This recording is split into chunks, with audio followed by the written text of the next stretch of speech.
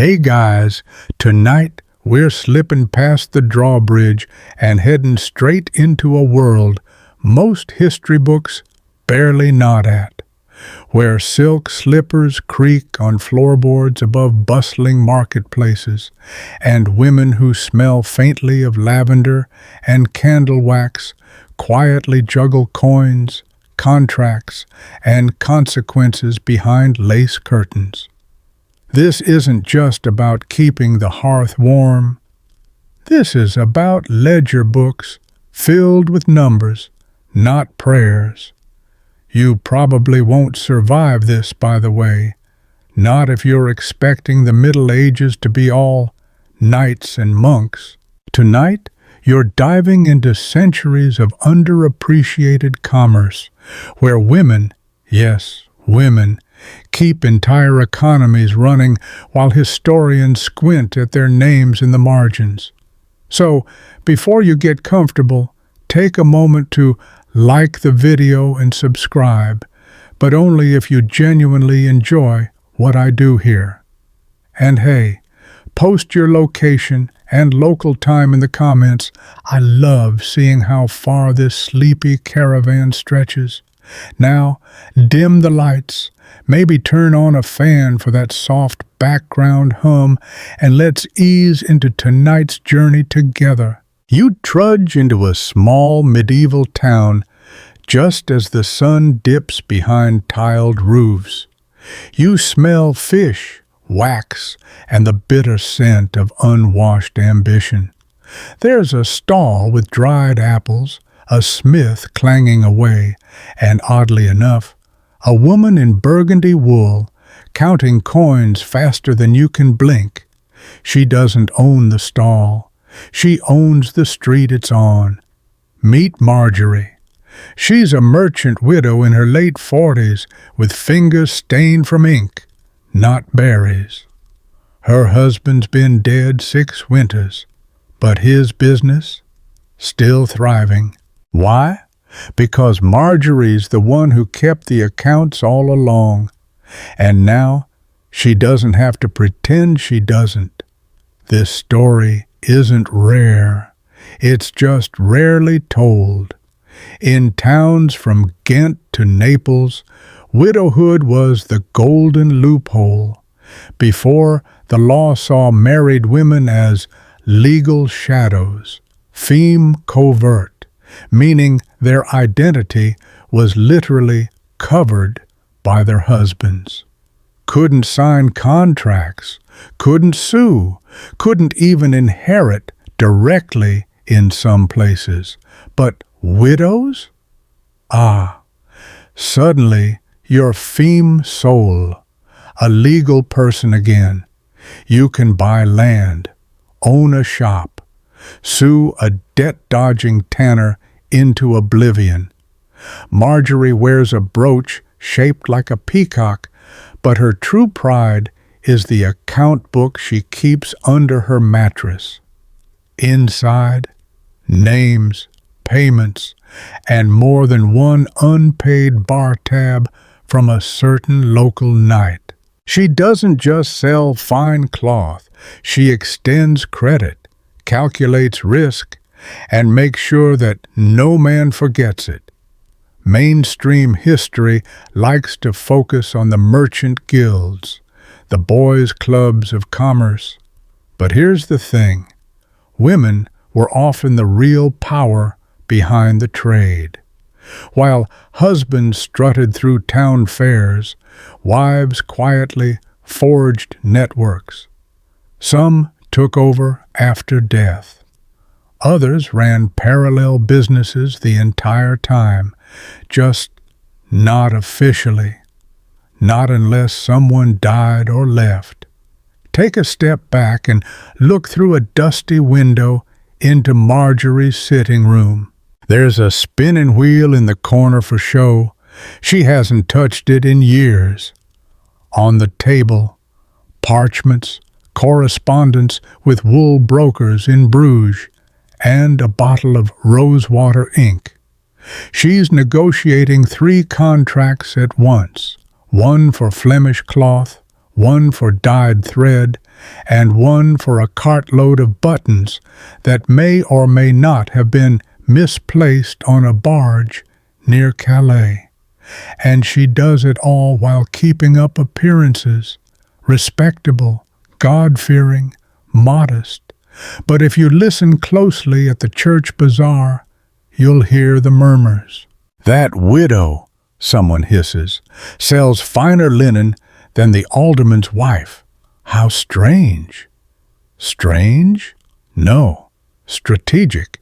Historians still argue whether women like Marjorie were exceptions or part of a silent majority. Were these powerful merchant widows rare or just rarely recorded? We know their names mostly through probate records and court disputes, when they sued, got sued, or died too rich for anyone to ignore. Want a quirky tidbit? In some towns, like London or Paris, women were taxed separately from their husbands if they ran their own trade. That's right. City officials didn't care if you were a woman. If you were making money, they wanted a cut. Marjorie's story wasn't unusual for cities along trade routes. Places like Florence, Bruges, and Lubeck had female business owners who, while lacking guild membership, employed apprentices and rented stalls. These weren't part-time jobs. These were careers built in the margins. Of course, not everyone liked this. The church frowned upon unfeminine independence, especially if it came with a profit margin. There are sermons warning women not to chase the vanities of trade, usually delivered by monks wearing wool habits that someone's wife likely helped produce. You pause by Marjorie's doorway as she shoos out a younger man, an apprentice baker who borrowed 10 florins and has repaid none. She smiles as she closes the door, then mutters something under her breath that translates roughly to, "Fool me once, and I raise your rent." One last detail. Marjorie keeps a locked wooden box in her pantry. Inside, her husband's original guild license, canceled now, and a copy made in her name, forged with impressive accuracy. She shows it to no one, but if questioned, she knows how to smile and pull out a donation receipt for the local friary instead. It's not deception, it's survival. And under it all, a quiet kind of triumph. You head back out onto the street. Marjorie's windows glow behind you, warm and soft. Her wealth doesn't look like gold. It looks like safety, like control, like knowing that if another war breaks out or another plague rolls in, she won't starve. She'll lend. She'll wait. She'll own the baker's shop by spring. You follow the scent of smoked eels and onions into the heart of the market square, where the true hum of medieval life drowns out the church bells. Not kings, not clergy. Commerce reigns here, and its queens wear aprons, not crowns. The first one you meet is called Elspeth. She's haggling over the price of cabbage with a volume and precision that could silence a courtroom. Her stall overflows with everything from pickled herring to beeswax candles, and behind her, a boy, her son maybe, wraps bundles and counts change with shaky hands. But Elspeth? She doesn't need help. She is help, profit, and personnel rolled into one. Women like her weren't just tag-alongs at market. They were often the majority. In some medieval towns, especially in England and parts of France, records show women made up over 60% of the vendors in open-air markets. They sold produce, textiles, dairy, spices, even second-hand goods, basically anything you could weigh or smell. And they weren't just passive sellers. They set prices. They enforced quality standards. They sometimes lent space to others for a fee. But here's the twist. Though women were clearly present, and loudly so, they were often excluded from formal market records. Why? Because official licenses were often tied to male household heads, even when the woman ran the actual trade. In practice, Elspeth's husband might hold the stall's permit, but Elspeth controls the goods, the accounts, and the customers. Quirky tidbit time. In medieval Paris, there were actually bylaws specifically governing fishwives. Women who sold fish and were known for vigorous speech and elbowing. One ordinance reminded them not to shout too loudly or block traffic. You can practically hear the eye rolls as it was written. You keep walking, dodging a goat, and pass a woman sharpening knives on a wet stone. Her hands are scarred but steady. She doesn't sell anything. She rents out her sharpening services, moving stall to stall. She's what modern economists might call a micro-entrepreneur. Her name's not recorded anywhere, but without her, half these stalls couldn't open. Next, you slip into a shaded arcade where a pair of sisters, Sibylle and Adela, run a cloth counter. They speak 3 languages between them, thanks to their father's trade in Flanders, and they can tell the difference between Genoese silk and Saxon wool just by touch. What they won't tell you is how they undercut their competitors by buying direct from a cousin who technically isn't supposed to sell to women without guild status. Historians still argue whether women were officially allowed to trade on this scale. Some documents show permits issued in women's names. Others suggest loopholes and winked permissions. But the lived reality? That's harder to quantify. Women were there, even if the paperwork said otherwise. Sometimes, women banded together into informal alliances. A widow would take on a younger girl as a helper. A milkmaid might store her wares with a fishwife to save on stall fees.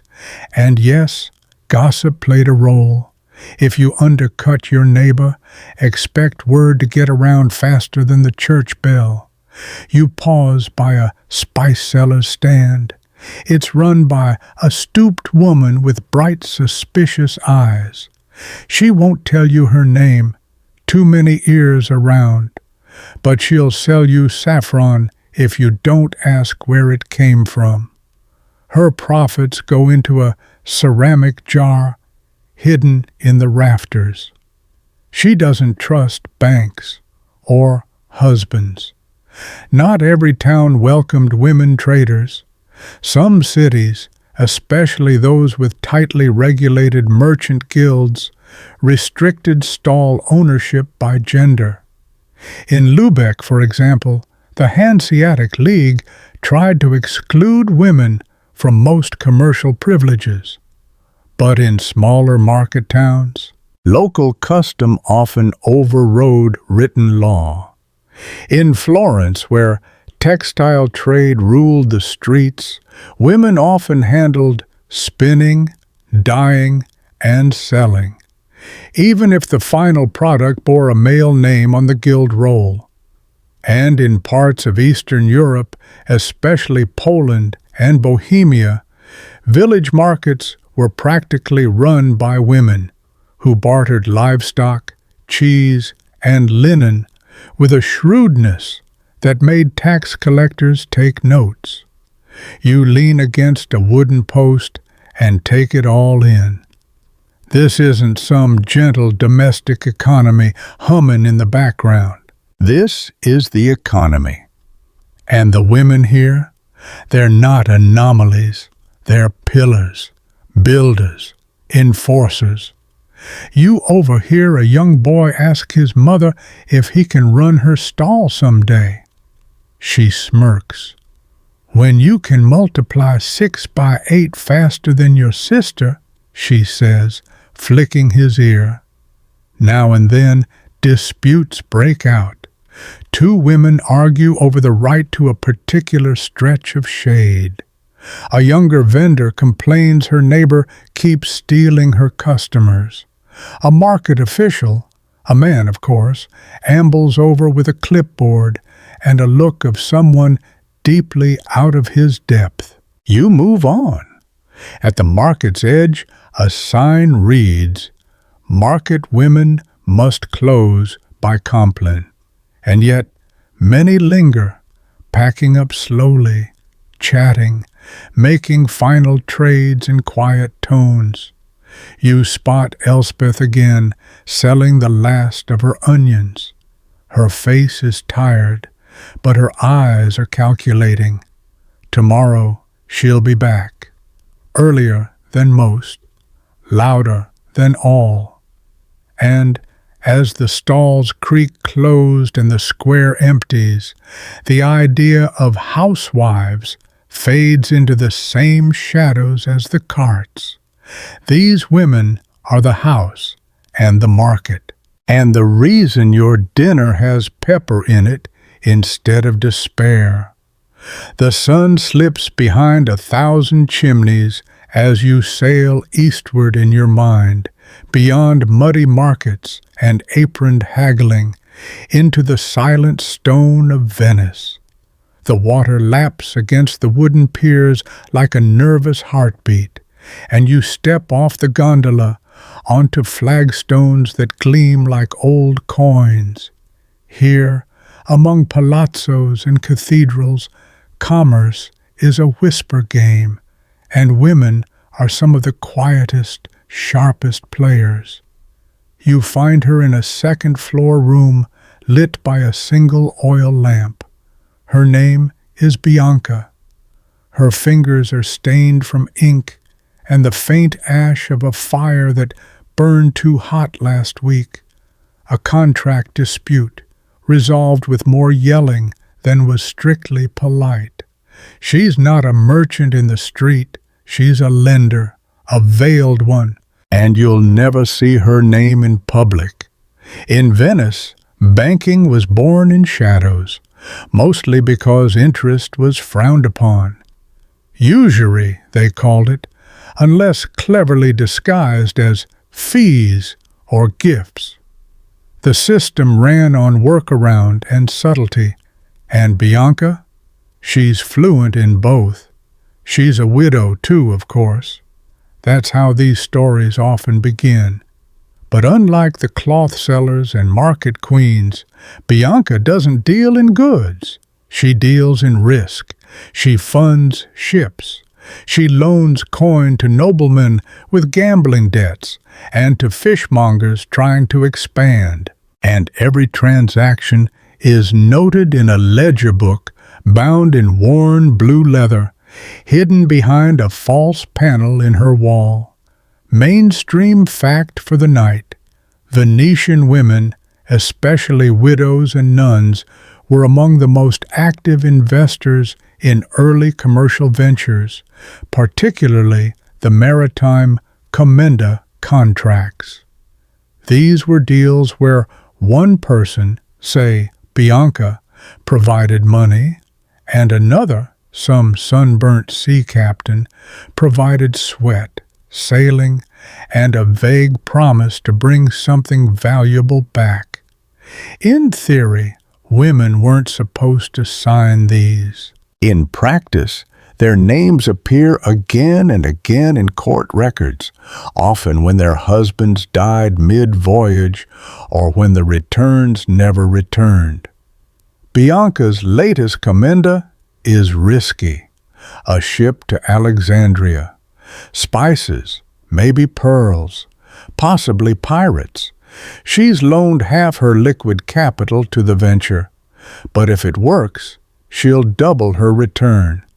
If it fails, well, that's why she demanded a co-signer and a pledge of the captain's townhouse in the Lido. You sip a phantom cup of wine and ask why she lends it all. Her smile is the kind you usually only see on cats.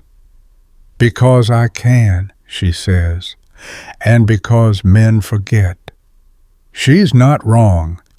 Historians still argue whether women like Bianca were legally recognized as lenders or simply tolerated because they kept the system oiled. The formal banking houses were male, sure, but in between those, women moved money informally through family networks, dowries, and convents that had more gold than some fiefdoms. Quirky tidbit: Venetian dowries were often deposited with the husband, but legally remained the woman's property. If he died, she could reclaim it, and many did, turning it into lending capital. A few even structured it like an early trust fund, paying out interest while keeping the principal untouched. It's not quite Wall Street, but it rhymes. Bianca doesn't operate alone. She's part of a loose web of women, other widows, some noble, some merchant-born, who gather once a month in the back of a church under the pretext of charitable donations. They exchange tips, discuss rates, and occasionally pool their funds for riskier ventures. One even financed a small printing press, though she had to use a male cousin's name to sign the permit. You glance at Bianca's parchment. It's covered in names and numbers, along with a single line scribbled in Latin: Qui silet regit. He who is silent rules. It's nearly midnight when her runner returns. A boy no older than 13, hair soaked from the mist, carrying a small pouch of silver ducats. Payment from a debtor, late but accepted. Bianca doesn't thank him, she just nods. The boy vanishes, and she records the amount with the soft scratch of quill on vellum. The lamp flickers. This is commerce without storefronts, power without title, gold without glory. She won't be remembered with a statue, but in a few decades, her great-granddaughter will inherit an estate no man alive can claim. All because Bianca trusted numbers over nobles, and a captain who owed her more than he knew. She leans back and sighs, the way a chess master does after the final piece lands, and just for a moment you see the Venetian Republic not as doges and senators, but as a glittering web of whispered loans, hidden ledgers, and women like Bianca, turning risk into permanence. Outside, the city sleeps on the water. But in here, under the hush of candlelight and balance sheets, a different kind of empire grows, one built on memory, caution, and coins too smart to clink. The streets grow narrower now, more winding. You've wandered north to the city of York, or maybe south to Toulouse. It hardly matters, because in this corner of medieval Europe, the scent of beeswax, boiled leather, and sweat tells you where you are, inside a craftswoman's quarter. It's louder than you'd expect. Hammers clink against pewter, soap bubbles hiss in cauldrons, and somewhere a child is being told, "Not like that, watch again." The air's thick with instruction, irritation, and industry. Welcome to the world of women artisans, recognized, respected, and very often erased. You duck into a candlemaker's shop run by Joan, whose fingers are permanently yellow from woad and tallow. She learned from her mother, who learned from hers. The walls are streaked with wax, and the air smells like burnt honey. Joan makes tapers for churches and households alike, some straight, some twisted like barley sugar, a fancy touch for noble clients. Here's the mainstream fact. While guilds in many medieval cities were officially male-only, women often worked alongside husbands or fathers as full participants in trade. In England and Germany especially, the wives of craftsmen were known as femmes couvertes, legally obscured under male authority, but practically indispensable. After a husband died, the wife could inherit his workshop, tools, contracts, even apprentices. Joan's husband died 3 winters ago. The guild said she could keep the shop temporarily. That was 39 months ago. The apprentices stayed because Joan pays well and trains better than most men in town. The guild never got around to enforcing her exit. Funny how that works. Historians still argue whether this kind of workshop inheritance was a loophole or an informal tradition. Some cities codified it, others pretended not to see it. But across Europe, it is clear. Women ran craft shops not just in mourning, but in full, long-term management. Candle making, spinning, brewing, dyeing, soap boiling, button casting, weaving, gold thread embroidery. The list goes on. Joan's bestseller isn't even a candle. It's dyed wicks, braided in red and gold, sold by the foot to merchants who fancy a bit of flair. A niche product born of boredom and accident that turned into her signature. She charges double what her husband ever dared. Down the street, you duck into a dye house run by 2 sisters, Marie and Beatrix, who specialize in greens so vibrant they practically glow. You notice the cramped walls and steaming pots. This is hazardous work. Fumes of alum and copper sting your throat. The color green, it turns out, comes at a cost. But their scarves, they fetch high prices in Paris. Their father was a master dyer. He trained them in secret because officially girls couldn't be apprentices, but many were, especially daughters. Off the books, of course, though you'll find their names scribbled faintly in supply ledgers and tax rolls. A quirky tidbit for you. In Cologne, a set of 13th century tax records lists over 200 women registered as independent producers in textile-related crafts. Some were single, others widowed, and a few, rather shockingly, still married, with separate entries from their husbands. That's what scholars call a red flag for the patriarchy. You squeeze past a heap of wool bundles to a small, ink-stained nook. Here sits Letta, an illuminator.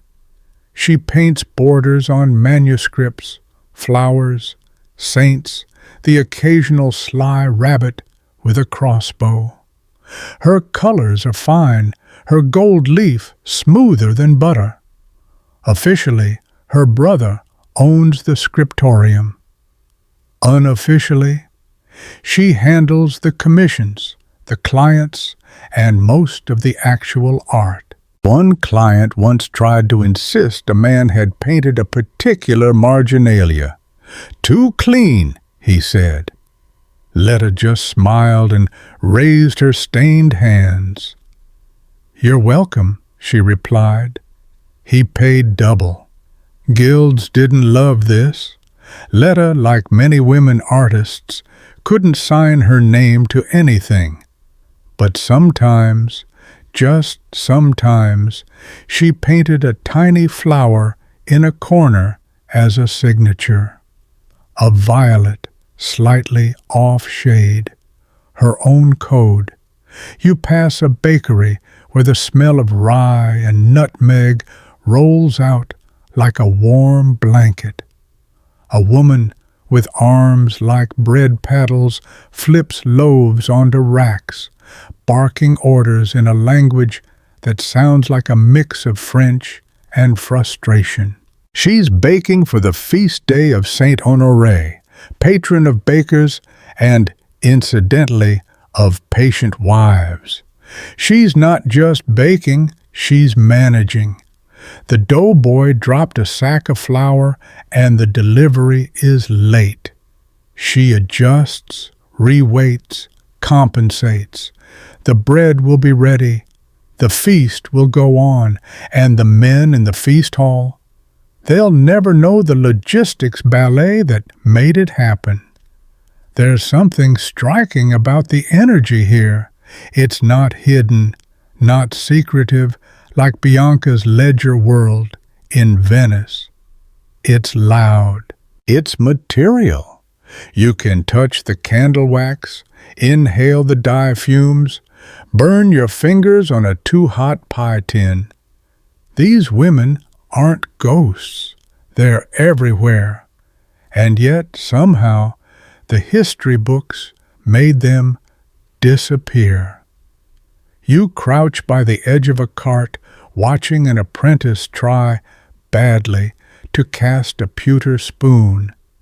His mistress, a woman named Aldith, snorts. "Again, but don't pour like you're milking a goat." She's gruff, proud, paid in advance. You ask if she ever wanted to join the guild. She scoffs. "Why would I pay men to let me do what I've already done for 20 years? Fair point.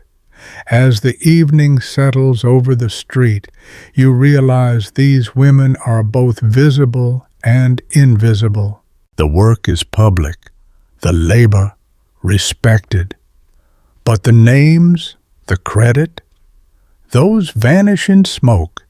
They won't be knighted or canonized. But their crafts endure, in wax that melts on altars, in manuscripts read centuries later, in threadbare cloaks dyed the color of forest leaves, still bright. You hear them before you see them, not the chanting of monks, but the hum of looms, the soft clack-clack of bobbins, and the whisper of linen brushing against stone. You're inside the cloister of a medieval nunnery, not for prayer this time, but for production. Behind walls that promise chastity and contemplation, there's an empire of textiles being woven by candlelight. And who's at the helm? Abbess Catherine, fingers calloused from prayer and spinning, and a mind sharper than most bishops. Tonight's journey brings you to the quiet thunder of cloistered commerce, where convents, long viewed as solemn and silent, double as full-scale manufacturing hubs. Their products? Not just devotion, but lace, tapestries, dyed wools, stitched vestments, altar cloths, embroidered gospel covers, and sometimes fancy undergarments that nobody dares to admit buying. Let's start with the historical anchor. Medieval nunneries were often wealthy institutions. Many controlled land, collected rents, and managed labor forces. But what kept them flexible, what kept the lights on during famine or war, was textile work. Convents across France, Germany, and England produced an astonishing volume of goods, both for church use and secular sale. You wander into the weaving room, it smells like soap and flax. Sister Agnes is threading a new warp into the loom. Her eyes are red from squinting, but her fingers move with terrifying speed. She's not just making cloth, she's meeting a deadline.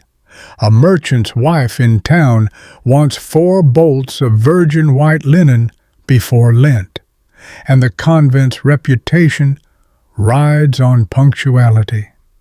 Convents weren't exactly allowed to be businesses, of course, so they called it economic self-sufficiency.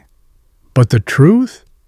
Some were exporting fine embroidery across entire kingdoms, especially in England, where convent-made altar frontals and surplices were so good they were requested by bishops in France. One delightful fringe fact: in the 12th century, the convent of Wienhausen in northern Germany made spectacles, eyeglasses, as in, "Can you see better now, Father?" glasses. That means Sister Hildegard wasn't just running a scriptorium. She was possibly one of Europe's earliest opticians. But back to textiles. Abbess Catherine manages the whole thing. She reviews contracts, yes, actual contracts, assigns sisters by skill level, and negotiates with city merchants through lay sisters who are allowed to travel. Her most trusted runner is a middle-aged nun named Heloise, who can carry 3 bolts of cloth on her shoulders and haggle down a wool broker with nothing but a tired sigh and a stare. You notice something odd. The convent also rents sheep pasture. That's right. They don't just weave the wool, they own the animals, the land, and sometimes even the shearers. Catherine's cousin, a knight, once tried to sell her a flock at a family discount. She laughed in his face. She breeds her own. Historians still debate how much of this activity was approved by the church versus tolerated out of necessity. Officially, convents were supposed to avoid commercial entanglement. Unofficially, there were bishops begging for more of that gorgeous gold thread embroidery in time for their installation. One shipment from a convent in Flanders went all the way to Constantinople.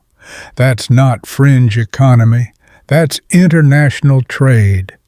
You pause by a stone archway where a novice is sketching floral patterns for an altar cloth. She's never left the convent grounds, but she knows how to price a bolt of velvet and recognize Andalusian dye by smell alone. Her education is economic as well as spiritual. Catherine walks past you in silence, a faint clove scent trailing her. She's reviewing inventory: parchment, flax, indigo, beeswax, needles. She prays with her lips and plans with her eyes. The bishop visits once a season and assumes the convent is run by the Holy Spirit. In reality, it's supply chains and staff meetings in whispered Latin. A quirky convent secret? Some nunneries hosted female lay apprentices, young girls trained in weaving and sewing who didn't take vows. Parents paid for this privilege, a quiet, sacred boarding school that happened to churn out exquisite tapestries, and yes, a tidy profit. You peek into the scriptorium where gold leaf gleams on a half-finished psalter. The illuminator here is Sister Anna, but she also embroiders initials on noblewomen's kerchiefs for an extra coin. Her needlework is legend in 4 counties. She signs her pieces with a tiny acorn stitched in the lower hem. It's peaceful here, but not idle. The air is full of movement, quiet movement, intentional, measured. And as you trace the edges of a finished bolt of wool, dyed in deep madder red, you realize this isn't some gentle side project. It's an industrial operation disguised as devotion. And yet, there's no pretense of greed. The abbess isn't hoarding gold. The income supports the sick, the poor, the old. The convent hires local shepherds, buys from town merchants, even repairs the parish roof when no one else can afford to. Profit here is a lifeline, not a trophy. As dusk settles, you join the sisters for compline. The singing echoes through the stone like rain on a pond, and beneath the hymns you feel the hum of looms still warm from use, the scent of fresh dyed cloth hanging to dry, and the quiet satisfaction of a full order delivered on time.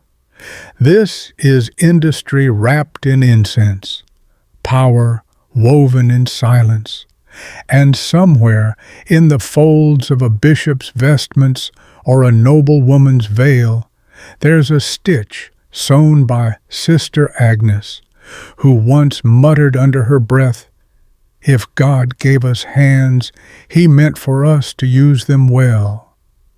The room is filled with the scent of ink and old parchment. You're somewhere between a family chapel and a lawyer's study now, staring at the most financially explosive object of the medieval world, the marriage contract. It doesn't glitter, but make no mistake, it's sharper than any sword. You lean over a wooden table where a scribe is blotting his quill. Beside him, a merchant and his soon-to-be in-laws argue over the precise number of florins to be exchanged, what land titles will transfer, and whether the bride gets to keep her silver combs when things go sideways. And sitting across from them is the bride herself. Quiet, yes, but not absent. Her eyes flicker every time someone tries to remove her dowry clause. Because here's the thing, most people don't realize. A medieval dowry wasn't just a family gift. It was a weapon, a financial tool that could shape trade deals, secure alliances, or determine the fate of a struggling business. Mainstream historical fact incoming. Dowries were legally protected assets in many parts of Europe, especially in Italy, Spain, and Byzantium. A dowry remained the woman's property, even after marriage. Husbands could use the interest it generated, but not the principal. If he died or mismanaged it, she could take it back. That's why families didn't always choose suitors based on virtue or jawlines. They chose them based on accounting. Who had debts? Who needed liquidity? Who had too much land and too little coin? Marriages were frequently mergers. In Florence, dowries were so central to family wealth that special banks, called Monte delle Doti, were set up to manage them. Parents could invest in these long before the daughter was old enough to marry, locking in her future with compound interest. It's the 14th century version of a college fund with more embroidery and a chance of plague. You peek at the contract on the table. It lists bolts of cloth, a walnut orchard, a golden crucifix, and a portion of a warehouse near the docks. All listed under the bride's name, all returnable if she's widowed. The merchant tries to adjust the clause again. She smiles sweetly and coughs loudly. The scribe freezes mid-stroke. He knows better. Historians still argue whether these dowry rights actually gave women economic power or merely preserved male-dominated wealth under a different label. After all, the return clause only applied if the husband died or agreed, and not every court enforced it. But in wealthier merchant families, especially among Jews, Greeks, and Italian elites, daughters were financial dynamos wrapped in lace. You step into a side room where a mother is coaching her daughter in Latin phrases to use during negotiations. Not prayers, phrases. A gentle drizzle pats the roof as you step into a cloth merchant's back room, ducking under a beam so low even the cat has to bow. The smell here is musty parchment, stale bread, and something inked in anxiety. The business ledger. You're not alone. Sitting at the desk is a man chewing the end of a quill, frowning at an accounts page. But you're not watching him. You're watching the woman standing over his shoulder, arms folded, head tilted, absolutely done with his math. Her name is Isolde. His name is Thomas. And yes, they're married. But don't be fooled by the domestic setting. This isn't a cozy collaboration. This is a business. And Isolde? She's the co-owner, whether the guild acknowledges her or not. This section of the story cracks open the books, literally, to see how women operated as silent partners, co-managers, and, when necessary, the ones holding the whole shop together. Mainstream fact first. In many medieval towns, married women couldn't own businesses on paper because of the legal doctrine of coverture. But in practice, they were often listed in ledgers, accounted for in taxes, and took over entirely when their husbands were absent, ill, or dead. You leaf through a trade log from a Flemish cloth hall. There, in cramped Latin script, is a name, Uxor Thome, Thomas's wife, recorded beside a shipment of dyed wool sent to Bruges. She's unnamed. She's the one who organized the shipment, and she's the one who argued with the porter over freight prices. But the ledger gives her credit only by marital association. You walk through their shop. There are bolts of linen, crates of buttons, jars of dye. Thomas is a decent tailor, but a terrible negotiator. Isolde does the pricing. She also handles the inventory and correspondence. And when the plague came last spring, guess who managed to keep the doors open while Thomas coughed in bed for 3 weeks? Historians still argue how deeply involved these wives in the books were. Some believe they only stepped in as stopgaps. Others argue women were informal managers all along, just never formally acknowledged. The truth? Probably both, depending on the couple, the town, and whether the husband could read. And when husbands did die, everything changed quickly. Widowhood, as we've seen, made women legally independent. The moment a husband passed, his wife could inherit the business outright, assuming no sons were around to fumble it up. Many did just that. Quirky tidbit: in medieval York, city officials kept a register of market stall holders who paid dues. Dozens of entries list widows by name, each of them continuing their late husband's trade, sometimes for decades. One widow, Matilda Le Draper, ran a cloth shop longer than her husband ever did. His name gets 2 entries. Hers gets 15. Back in Isolde's shop, a customer enters, a wool merchant from out of town. Thomas starts talking.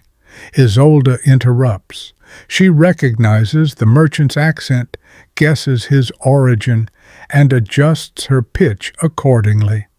She offers him a better deal if he agrees to pay up front. He hesitates. She shrugs. She knows he'll be back. They work as a team, sort of. But you sense a quiet frustration behind Isolde's sharp eyes. When the guild came to inspect last year, they spoke only to Thomas. She stood nearby, pretending not to hear, but she remembered everything and whispered corrections all evening. You sit with her over a late supper of lentils and brown bread.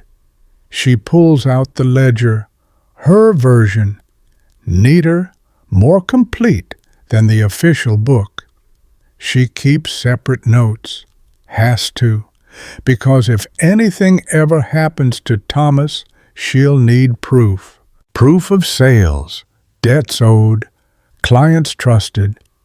She also keeps a hidden pouch with silver coins she's set aside over the years, not out of mistrust.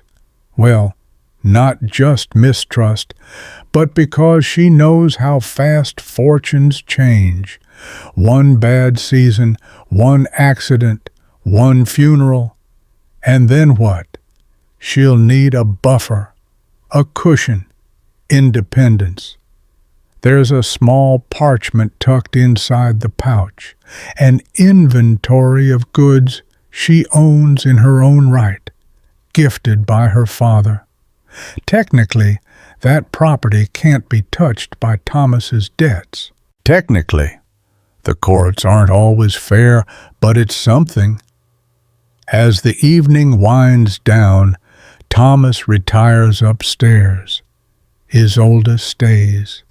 She finishes copying numbers into the margins of the day's record, then adds a note about the wool merchant's attitude. Likely to delay. Recommend upfront payment next time. You ask if she's ever thought about joining the guild herself. She laughs. They'd sooner admit a goat than a woman, she says, wiping her hands. But if I ever want something built in this town, I know which carpenter's daughter to talk to. Because guilds weren't the only networks. Women like Isolde built their own circles, kin-based, neighbor-based, often invisible to outsiders. They knew who had extra cloth, who could lend tools, who offered short-term loans at fair terms. It was commerce built on conversation. And if something happens to Thomas, she won't flinch. She's already running things. Outside, the rain slackens into mist. A lantern glows softly over the shop door. The sign still says Thomas the tailor. But the real story, the one written in the margins, says something else entirely. Because long before her name ever appears on a license or ledger, Isolde has already proven what most books won't admit, that behind many medieval men's fortunes stood a woman with ink on her fingers and a plan in her pocket. The road leaves the city behind, winding through the muddy ruts and hedgerows of the countryside. The clatter of carts fades. Chickens scatter as you pass. This isn't the bustling heart of medieval commerce. It's its quiet bloodstream. And here, in the low hills and wind-stung fields, women are working deals that rarely make it into the history books. You pause at a stone cottage with a thatched roof, half swallowed by ivy.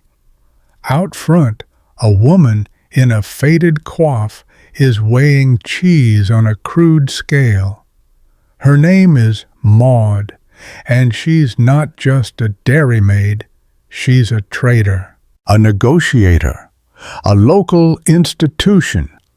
This section takes you into the world of rural women entrepreneurs, those who operated outside the walls of cities, but firmly inside the economy. They didn't have guilds or goldsmith connections, but they had livestock, bartering skills, and memories sharp enough to shame any scribe. Let's start with a bit of big-picture truth. Rural women in medieval Europe were heavily involved in small-scale economic exchange. They traded milk, eggs, wool, herbs, ale, thread, firewood, and even handmade goods, mostly informally, often out of their own homes or at weekly markets. And while this trade rarely created fortunes, it sustained households, and some women did grow prosperous through it. Mainstream historical fact. In many manorial records across England and France, women are consistently listed in agricultural fines and fees, not just as laborers, but as tenants, managers, and independent producers. Widows in particular held long-term leases, collected rents, and supervised hired workers. You follow Maud inside, where wheels of cheese are aging on wooden planks. The smell is pungent. In the corner sits a ledger, not parchment, but wax tablets, easier to reuse. She's tracking who owes her goat's milk and who still hasn't paid for that herbal salve she mixed last Lent. Maud is part of a web of village women, mothers, widows, spinsters, who trade in local produce and services. One sells cider, another raises bees, a third sells dyed yarn spun from her own sheep. None of them are merchants in the formal sense, but make no mistake, they understand profit margins better than many a town burgher. And they don't just barter, they speculate. Maud keeps back a third of her cheese in the spring because prices rise in autumn.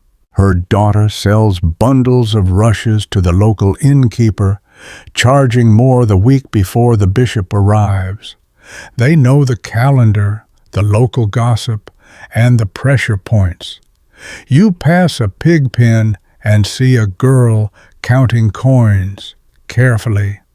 She's Maud's niece, and she's just sold 6 piglets at the Crossroads Market. Her mother warned her not to accept the baker's IOU again. He's already 2 weeks late, and next time she wants payment in iron nails. Historians still argue whether this rural trade amounted to real entrepreneurship or simply domestic chores with side benefits. But listen, when Maud's husband fell from a ladder last year, she didn't blink.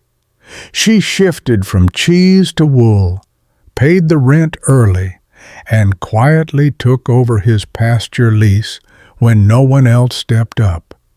Quirky tidbit for you. In parts of Scandinavia, women not only managed their farms, but also acted as legal witnesses in land disputes. One Icelandic saga describes a woman winning a case by citing rainfall patterns over her neighbor's fields. You don't get that kind of memory from embroidery alone. And while the church preached humility, the economy preached hustle. Some village women joined craft cooperatives, informal groups that pooled resources to buy tools, store grain, or share labor during harvest. Others banded together to transport goods to distant markets, splitting the risk and the donkey rental. You visit the weekly market at a nearby village green. Here you see women selling everything from onion garlands to carved combs. One older woman hawks remedies: dried nettle tea for joint pain, rosemary oil for lice, and a terrifying green paste for toothache. She's been doing this for 30 years, and when asked her name, she just replies, "I remember your mother." And then there are the alewives.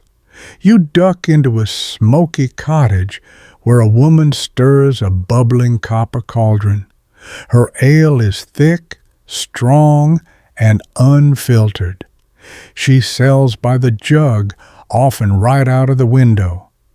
Alewives were ubiquitous across rural England and beyond, brewing for local sale and taxed accordingly. Some made enough to repair their homes or buy extra land. Others were fined repeatedly for weak brew or for selling on Sundays.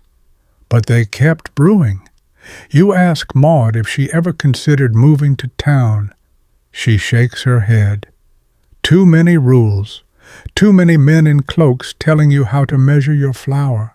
Here, I just do. And that's the point, really. These rural women weren't waiting for permits. They weren't begging for recognition. They were running economies in miniature, with instinct, memory, and maybe a few sharpened elbows. The sun begins to dip behind the trees. You help Maud carry a bundle of firewood into her kitchen. She offers you a slice of cheese, sharp, tangy, and unexpectedly delicious. "That one's mine," she says proudly. "Started the curd in June." You smile, you chew, and you realize you've been walking through a world of women who didn't just endure the Middle Ages. They built the scaffolding that made cities possible, quietly, stubbornly, from their gardens, kitchens, and muddy stalls. They won't appear in royal chronicles or cathedral inscriptions, but if you know what to look for, you'll see them everywhere, in land leases, wool weights, jars of pickled beets, and the ghost of profit margins scratched into wax. The clink of silver, the smell of leather coin pouches, the shuffle of boots on stone. You've reached the marketplace, not the polite kind with booths and bunting. No, this is the real market, muddy, chaotic, loud enough to frighten pigeons in 3 towns over. And right at the center, her apron stiff with flour, is a woman named Eliza, who doesn't just sell. You suspect she hunts her customers. This section drops you into the day-to-day hustle of women as market traders and street vendors, a world of shouting, bartering, sidelong glances, and ledgers held in the head, not on parchment. It's sunrise, but Eliza's been here for hours, arranging loaves with geometric precision. She's not just trying to look tidy, it's strategy. The big loaves in front, the darker, cheaper bread stacked behind. The honey rounds, kept back until the clergy passed by. They pay double, then complain about it. Let's talk historical fact. In many medieval cities, women made up a significant portion, sometimes even a majority, of market sellers, especially in trades related to food, dairy, baked goods, vegetables, ale, herbs. They didn't just work there, they knew the rhythm, the politics, the gossip that greased the wheels of trade. Some were licensed, registered with the city. Others sold by habit, tolerated because they kept prices stable. All of them were essential to the daily feeding of townspeople. You may not know their names, but without them, even knights would starve. Eliza, for example, is licensed, just barely. She got it because her cousin is a constable and her bread passed the no sawdust test last year. But licenses don't protect you from elbows, rain, or competition. The woman 2 stalls down is undercutting her rye prices again. Eliza responds by handing out crust samples to children. The kids drag their parents back. Game, set, match. Historians still argue whether these women were truly free agents or simply working within a male-dominated system. Sure, city charters often listed markets as male spaces, but women clearly shaped prices, controlled supply, and even policed one another's stalls. Informal? Absolutely. Powerless? Not even close. A quirky tidbit for your sleepy brain. In medieval Paris, there was an entire street, Rue de la Tannerie, where nearly all the vendors were women, selling fish, offal, tripe, and anything else with a smell strong enough to ward off weak stomachs. One woman, known only as Margot, kept a ledger carved into a stick because she didn't trust ink. It worked. You sidestep a donkey cart and pass a fruit vendor arguing over the price of bruised pears. She wins. She always wins. Her trick? She hides the bad pears under a cloth and sells them as baking stock. Twice a week she bakes one herself and gives out a slice. It's not just sales, it's theater. In many markets, women formed unofficial alliances. Eliza knows which fishwives will trade eel for leeks and who to avoid when the fish looks suspiciously pre-dead. She's seen fights break out over the placement of apple carts. One woman bribed a city official to have a rival stall relocated closer to the cesspit. Subtle warfare. And the taxes. Don't get her started. Market fees, stall licenses, bread weights, measured on a scale that mysteriously favors the inspector. But Eliza keeps a separate purse. It's not for bribes, no, just encouragements. You wander past the herb women. These traders are half pharmacists, half witches in the eyes of their neighbors. They sell dried nettle, thyme, willow bark, rose hips, and a powder that may help with unwanted men. Their clients are as likely to be nuns as knights. One of them, Hester, has a secret drying room behind her stall. It smells like 10 gardens collided. Her bestseller? Sleep bundles made of lavender, hops, and rue. Town officials scoff. But guess what's hanging in the mayor's bedroom? Yep, a purple-stitched pouch of Hester's finest. Nearby, 2 fishwives unload crates, cursing like poets. One of them, Gwen, flips a silver penny and bets you it'll land upright in the mud. It does. She wins. That's how you know it's a lucky stall, she says, grinning. You're not sure she believes in luck. More like momentum. And they don't just sell, they lend. They barter. They know whose husband is behind on taxes and who's about to sell their cow. Eliza trades 3 days of bread for mending services, plus a favor to be named later. It's medieval credit. No interest, just memory. One young woman carries a sack of wool to the weaver's shed. She's not licensed to sell, but she cuts deals on the side. Raw fleece for needle threaders, offcuts for stuffing mattresses. Her apron has more pockets than you thought physically possible. By midday, the market is a mess.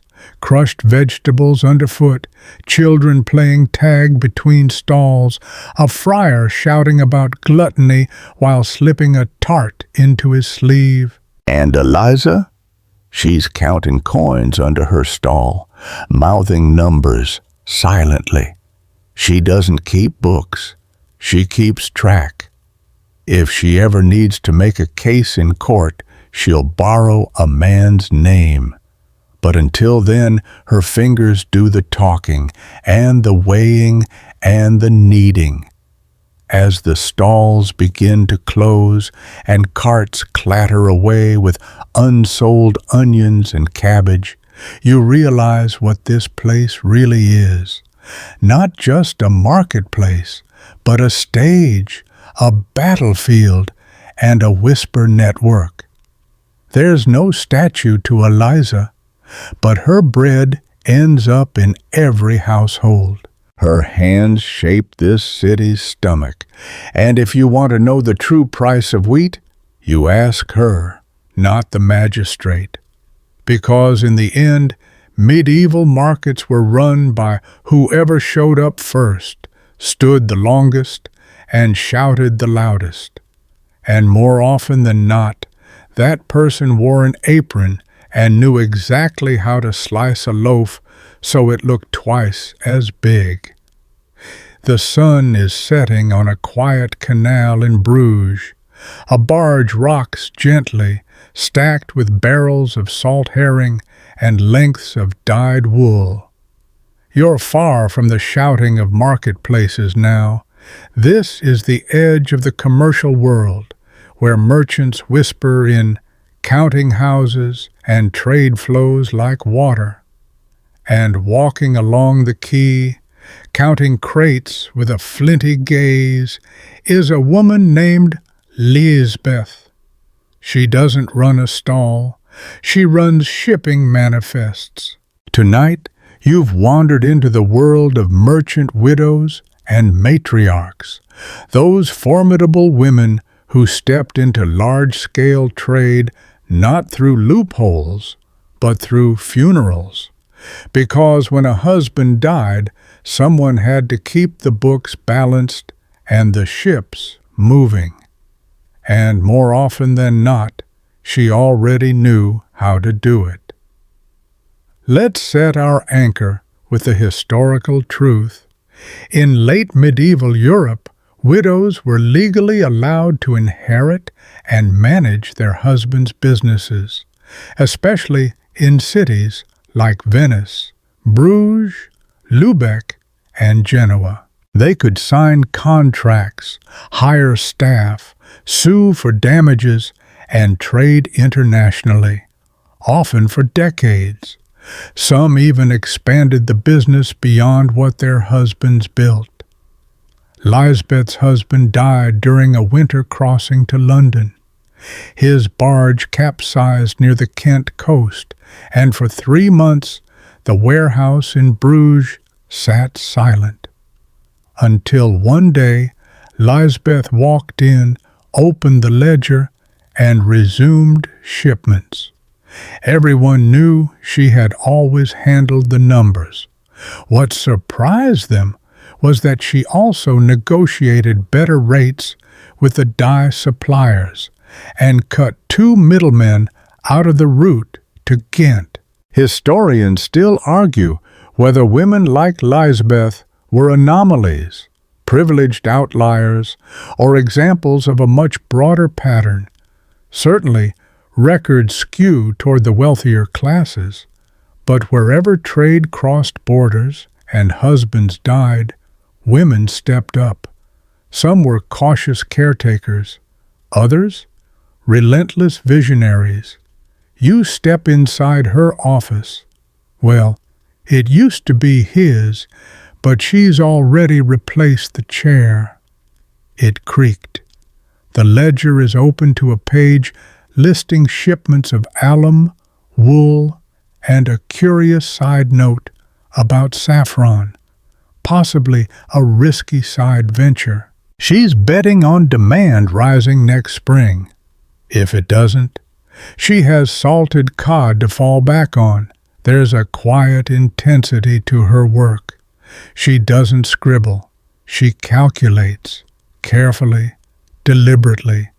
She knows which apprentice is lazy. She knows which port official drinks. And she keeps an extra set of weights in case someone forgets how to calibrate properly. Quirky tidbit time. In Barcelona, a widow named Francesca de Ferra ran her husband's spice trading company for 24 years, doubling its size. She dealt with Genoese bankers, hired her nephew as a freight master, and once sued a nobleman for cargo theft, and won. Her court filings survive to this day. Back in Bruges, Lisbeth is overseeing a new hire, a young man who thinks he's clever until he forgets that clove prices spike before Easter. She gently reminds him with a ledger note and a raised eyebrow. She doesn't yell. She corrects. He won't forget again. Outside, a ship's bell rings. She checks the dock, sees the barrels being loaded. Everything's on time. She nods once and returns inside. But this isn't just about filling her late husband's boots.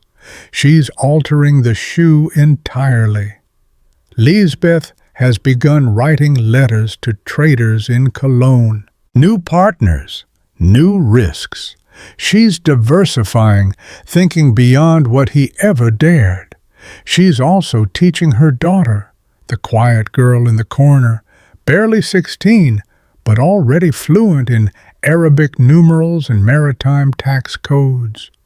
The girl's copying bills of lading, learning when to ask questions and when to pretend not to hear the insult. And here's the twist. Some cities encouraged this. In Lübeck, merchant widows were given temporary tax exemptions to keep trade flowing. In Genoa, the courts accepted their contracts as fully binding, not because the cities were feminist havens, but because commerce abhors a vacuum. If she's competent, let her work. Still, there are dangers. Lisbeth has rivals, men who think the business should have passed to her brother-in-law. A few have tried to outbid her on key shipments. She knows. She waits. Then she undercuts their price on saffron by just enough to sting, not ruin, just remind. And then there's the cleric who scolded her for meddling in the affairs of men. She sent him a donation wrapped in a shipment invoice. He hasn't brought it up since. This isn't charity. This is navigation through politics, through custom, through death. She doesn't sign her letters with mistress or widow. She signs with her name underlined, a tiny rebellion, a permanent record. You sit quietly as she reviews an insurance contract for a risky voyage to Bordeaux. Pirates are a problem, but she's considered it, and the profit margin makes it worthwhile. If the ship sinks, she's covered. If it doesn't, she'll fund the expansion of a new warehouse. Her name will be etched on the beams, even if no one speaks it aloud, because merchant widows like Lisbeth didn't just preserve wealth, they redirected it into safer channels, into smarter deals, sometimes into legacy. The canal gurgles outside as the night wind picks up. You see the last ship's lantern disappear around the bend, and you realize that somewhere in half the ledgers of Bruges there's a faint trace of her handwriting, invisible to those who aren't looking, but oh so permanent. The smell of wax, parchment, and ambition hangs thick in the room. You've wandered into a guild hall, not the grand kind where silver tankards clink, but a quieter annex where the real decisions happen. And over a low table strewn with wool samples, price lists, and 4 nearly empty cups of wine, a group of women are discussing quotas. Not gossip, not marriage. Quotas. Welcome to the strange and rarely mentioned world of female guild members and workshop owners, where women didn't just support trade, they shaped it, with needles, hammers, chisels, and occasionally really sharp elbows. Let's stitch this section into history with a clear thread. While most medieval guilds were closed to women, many cities, especially in France, the Low Countries, and parts of Germany, had exceptions. Some guilds formally admitted women. Others allowed them to inherit memberships through fathers or husbands. And some just looked the other way, while women quietly ran the show. One famous example, the silk-weaving guilds of Paris, where women not only worked the looms, but served as masters, ran workshops, and trained apprentices, both male and female. It wasn't common, but it wasn't impossible. You settle next to a loom where a woman named Beatrice adjusts a tension rod. She's been weaving since she was 9. Her wrists ache now, but her eye is still perfect. Her husband died 5 years ago. The guild allowed her to continue temporarily. She's still waiting for them to revoke that exception. In the meantime, She trains 2 apprentices, negotiates silk prices, and delivers better yardage than any man on the street. Guild rules say she can't vote in General Assembly. But guess who's consulted privately before every rate change? Historians still argue whether these women had true agency or were merely tolerated for convenience. Some records show female masters, especially in crafts like silk, lace, brewing, and embroidery, who wielded serious influence. Others suggest they were figureheads. The truth likely lies somewhere in the fibers, and it wasn't always widowhood that opened doors. Daughters sometimes trained in their father's shops, eventually taking over completely. In Cologne, one woman, Gertrude von Alsdorf, ran a bell-casting foundry inherited from her father, supervising an operation that supplied 5 dioceses. Imagine the weight of that job. Literally. Quirky detail. In 15th century Brussels, the Guild of St. Catherine was entirely female. Its members were lace makers, textile dyers, and ornamental stitchers. They even had their own chapel. Their rules prohibited sloppy hymns, late payments, and loud singing during work hours. Strict but effective. Back in Beatrice's workshop, a shipment of raw silk arrives. She inspects the bundle, checks for worm damage, then haggles the porter down a few coins for being late. The apprentices are watching closely. She's not just teaching them a craft, she's teaching them how to survive. Her main rival, a man named Roland, accuses her of undercutting prices. She laughs. "If you can't beat my thread count, raise your standards, not your voice." It becomes a local saying. You hear a baker repeat it the next day. Some guilds imposed limits on women.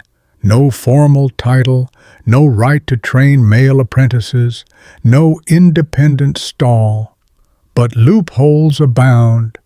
A mother lists her son as co-owner on the tax record. A sister pays her dues through a cousin. A widow rents her stall to herself. Commerce loves rules, and women are excellent at finding ways around them. You peek at a guild ledger and spot a name with a tiny star beside it. It denotes exceptional output. The name is female, no last name given, because of course not. And don't forget the cooperatives. In many towns, especially where full guild membership was impossible, women formed informal guilds, mutual aid groups, shared workshops, even prayer circles that doubled as hiring pools. In Bruges, a dozen needleworkers shared a rented space and pooled profits. They rotated leadership, they rotated jobs, they never rotated tea duty. Too risky. You walk past a tannery where 3 sisters are scraping hides. They've branded their operation with a stylized clover and pay a local boy to paint it on every crate. They aren't members of any guild, but they've become indispensable suppliers to 4 shoemakers. No one questions their rates. Even in more masculine trades, woodworking, metalwork, you find traces. A widow in Ghent managed her late husband's sword workshop for 11 years, supplying not nobles, but church guards and town militia. Her mark, a small flame, was recognized on inspection days. Her competitors claimed she was unorthodox. Her customers called her reliable. The apprentices notice they're always watching. One young girl in Beatrice's shop works faster than the rest. She stays late, takes notes. She's dreaming of her own stall someday. Beatrice doesn't discourage her. She just says, "Make your stitches sharp. The guild won't like it if your thread outshines theirs." There's an energy here, not revolutionary, but relentless. A quiet pressure behind the scenes. An entire sub-economy driven by women who were half visible, half denied, and fully committed. As you leave the guild annex, night settles over the street. The shutters close. But behind one of them, you see candlelight flicker as Beatrice pulls out her own account book, cleaner and more accurate than the one in the guild hall. She's planning next quarter's production. Her silk is already spoken for, and while her name may never be carved into the lintel of the guild chapel, her thread runs through every altar cloth in town. The clatter of boots fades as you move away from the town square, through an alley that smells of damp stone and candle soot. You push open a heavy door and step into a room that feels more like a cloister than a shop. Shelves line the walls, stacked with jars, wax tablets, scraps of vellum. In the corner, two women in woolen robes are bent over a tray of coins. No incense, no sermons, just business. You've arrived at a convent, but not the kind of religious refuge that's all quiet prayer and nuns in rows. This place hums. Tonight's journey takes you into the surprisingly active world of monastic women as financial agents, investors, and landlords. Not your typical abbey story, right? Let's start with a bit of scripture, that is, records. Across medieval Europe, especially in places like England, Germany, and northern Italy, convents were major landowners. They received donations, inherited estates, and collected rents on farmland, mills, orchards, even full villages. Managing these assets was not a side chore. It was a profession, and abbesses were effectively CEOs. Mainstream fact: in many regions, convents had legal autonomy. That meant they could buy, sell, lease, and sue in court without male intermediaries. In practice, it was the abbess who held the power, but she often delegated day-to-day money matters to other nuns, women who weren't just spiritual guides, but also trained accountants. You watch as Sister Agnes places tally sticks beside a list of incoming grain rents. Her handwriting is small and precise. She cross-checks with a steward's report and finds a discrepancy. Again with the short measures, she mutters. She's not angry yet, but a letter will be sent. The convent owns vineyards. It rents out sheep. It makes small loans. It hires lay workers during harvest and pays for repairs in shillings, not blessings. And yes, it tithes to the church. But after the books are balanced, you're led to a storage room filled with beeswax, dried herbs, and ceramic jugs of olive oil. All of it produced here. All of it sold at market through local brokers. The profits are used to buy manuscripts, maintain roofs, and, sometimes, pay ransoms for kidnapped nuns. Because, yes, that happened. A few noble families were impatient. Quirky tidbit time. In 12th century Saxony, a nun named Hildegard, not that Hildegard, a different one, managed over a dozen agricultural estates from her convent cell.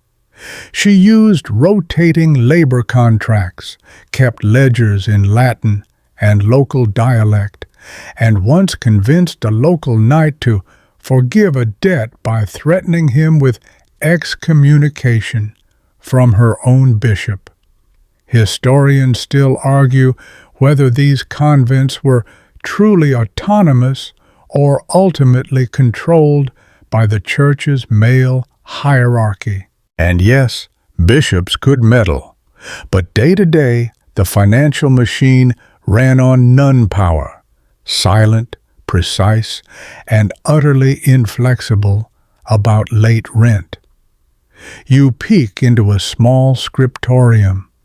A novice is copying a letter of account in triplicate, one for the archive, one for the tenant, and one for the abbess's reference. She's 12. Her Latin is flawless. She's already memorized the local grain price per bushel. You'd expect a cold atmosphere here, rigid, ascetic, but it's more like a university crossed with a tax office. Sister Beatrix shows you a plan for constructing a new dormitory wing. She's reviewing stone prices and comparing quotes from 3 masons. God doesn't reward wastefulness, she says, and mortar is up again. Some convents became very wealthy. The Abbey of Fontevraud, for example, held lands across France and England. Its abbesses dined with nobles and negotiated treaties. Others were modest but stable, surviving through shrewd land management and carefully negotiated endowments. One of the most fascinating aspects, their role as moneylenders, quietly, respectably. Sister Agnes maintains a ledger of small loans to local widows and craftsmen.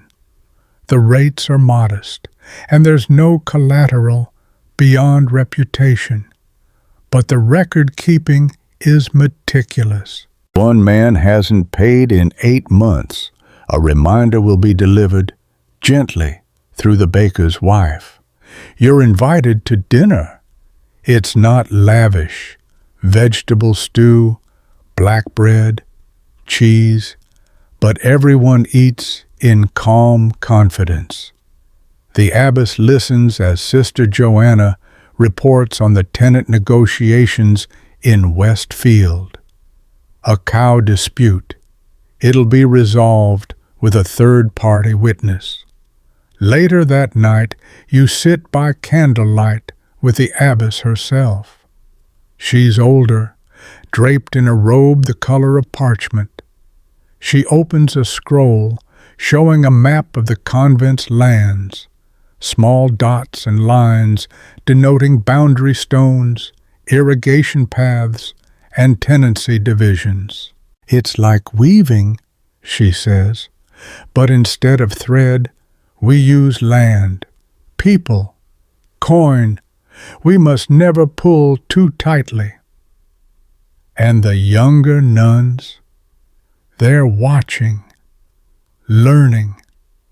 Some will stay here all their lives. Others may be recalled to family estates as advisors, managers, or even regents. One novice has already been invited to audit the estate of a noble aunt who suspects her bailiff is skimming grain. You leave quietly. Outside, the moon is high, casting silver lines over the fields the convent owns, tends, and trades. You suddenly understand something. These women weren't just praying. They were investing, strategizing, stabilizing, because behind every great medieval city stood the silent confidence of women who could read, write, and balance accounts to the halfpenny. You step through the narrow door of a townhouse in Florence, ducking slightly under a low lintel carved with faded initials. Inside, the unmistakable scent of ink, candle soot, and damp parchment. Two women are arguing softly over a contract, something about a late payment and a missing shipment of Lombard wool. You've entered the world of female moneylenders and financiers, a space equal parts risk, record-keeping, and razor-sharp memory. This isn't backstreet loan sharking. These women are educated, deliberate, and deeply woven into the credit networks that keep the local economy breathing. Their currency? Trust, silver, and the threat of social embarrassment. Let's start with the historical core. In many medieval towns, especially across Italy, southern France, and the Low Countries, women acted as moneylenders, independently or as part of family businesses. They lent small sums to craftsmen and vendors. They backed larger ventures through notarized contracts. Some operated through religious institutions, others from private homes. And they kept astonishingly detailed records. The woman across the table, her name is Contessa Benedetta, is not a noble, despite the honorific. She's the widow of a textile merchant. When he died, she inherited his loan book. She didn't just collect on it, she grew it. She reviews contracts daily, small debts for bread ovens and dye vats, larger ones for apprenticeships or trade caravans, all with interest, always documented. And if someone can't pay, she has options, repayment plans, property liens, or, as she prefers, a gentle reminder delivered via a gossip-prone laundress. Quirky tidbit? In 14th century Avignon, tax records show that nearly 20% of all registered moneylenders were women, some with portfolios rivaling minor banks. One, identified only as La Veuve Michel, reportedly lent money to 3 bishops, 2 butchers, and a falconer. She charged less interest to those who paid in advance and had a reputation for remembering your mother's maiden name if you missed a deadline. Historians still argue whether women like Benedetta were anomalies, privileged widows with unusual freedom, or part of a broader, informal financial class. The surviving data is patchy, but when you follow the money, not the titles, you often find a woman behind the purse. And yes, these women faced criticism. Church authorities condemned usury, but the lines were blurry. Was it usury if you called it an investment advance? Was it sinful if the loan paid for a new church roof? Benedetta works within the gray. Her rates are fair, often lower than the men's. She avoids lending to gamblers. She prefers widows, weavers, and pious midwives, and she always requires collateral. A ring, a tapestry, a promise secured by a godparent. You peek into her storage chest. It's not treasure, just IOUs, coins, keys to mortgage shops, and a red ledger that never leaves her side. She's copied the entries twice, one for herself, one for her executor. Her signature is neat and understated, but unmistakable. And she's not alone. Down the street, another woman, Letizia, runs a pawn operation out of her courtyard. Her rates are steeper. Her ears are sharper. She can calculate interest on a loan faster than most scribes can find ink. She claims her uncle taught her math. The truth? She taught him. Some of these lenders worked within Jewish communities, where women often had more economic freedom. In parts of Germany and Italy, Jewish widows and daughters kept the books, ran the family loan desks, and negotiated terms, often in 3 languages. One letter from 1321 shows a woman named Miriam correcting a merchant's Latin clause, politely suggesting a clearer interest provision. Back in Florence, Benedetta speaks with a young shoemaker. He's behind on payments, but shows her a new pair of boots. She inspects the stitching. It's good work. Instead of repossessing his bench, she offers a 3-week extension with interest in kind. 4 pairs of boots delivered before the feast of Saint Zenobi. It's not just business. It's leverage, relationship, risk mitigation with a side of human insight.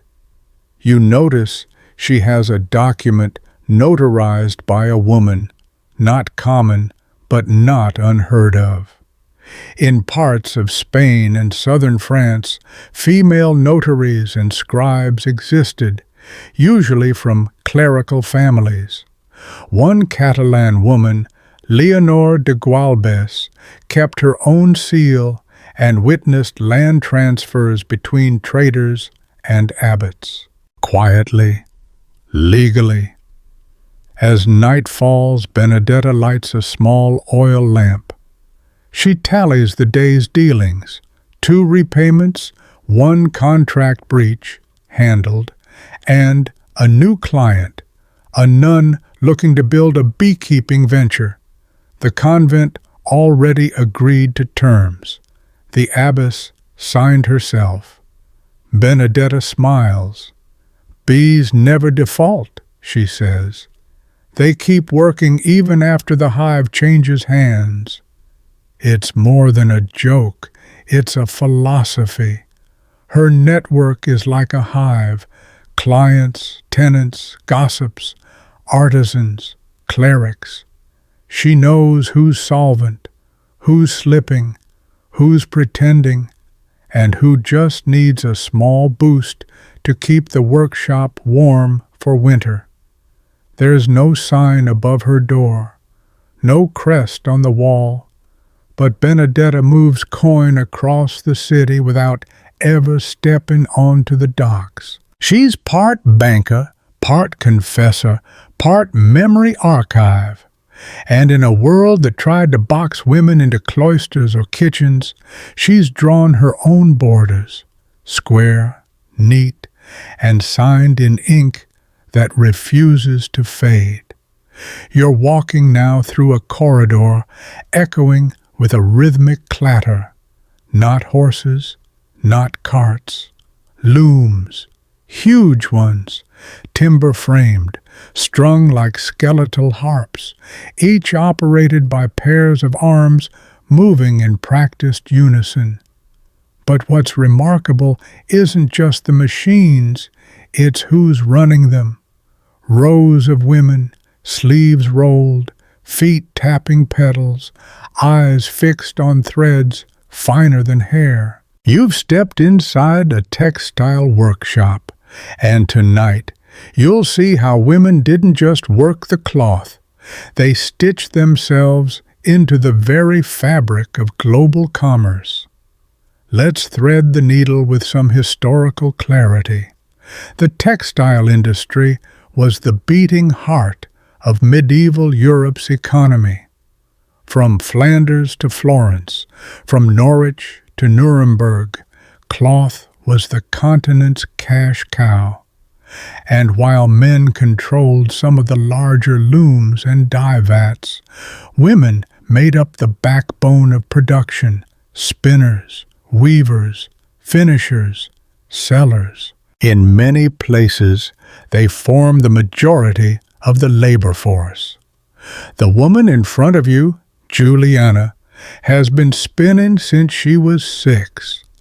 Now, at 38, she oversees 3 looms, 2 apprentices, and a monthly contract with a merchant guild that barely acknowledges her name. But her thread? Her thread is flawless. She pinches it, tests for tension, and flicks it with a snap that says, "Try me."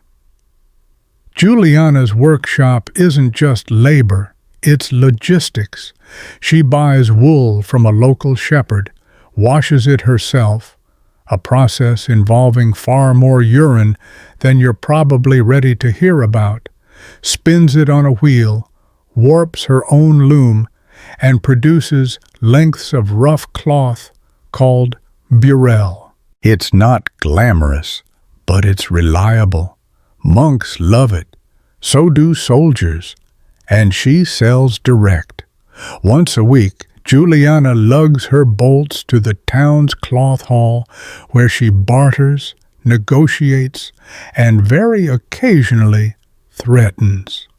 She's not part of the merchant class, but she moves enough product to earn a nickname: the straight thread. Mainstream fact: in towns like Ypres and Ghent, entire neighborhoods of female weavers worked as subcontractors for merchant guilds. Some worked at home, others in shared spaces.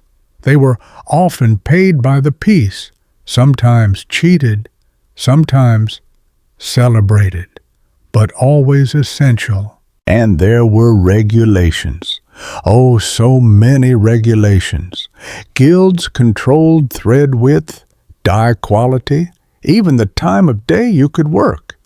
Juliana bends the rules.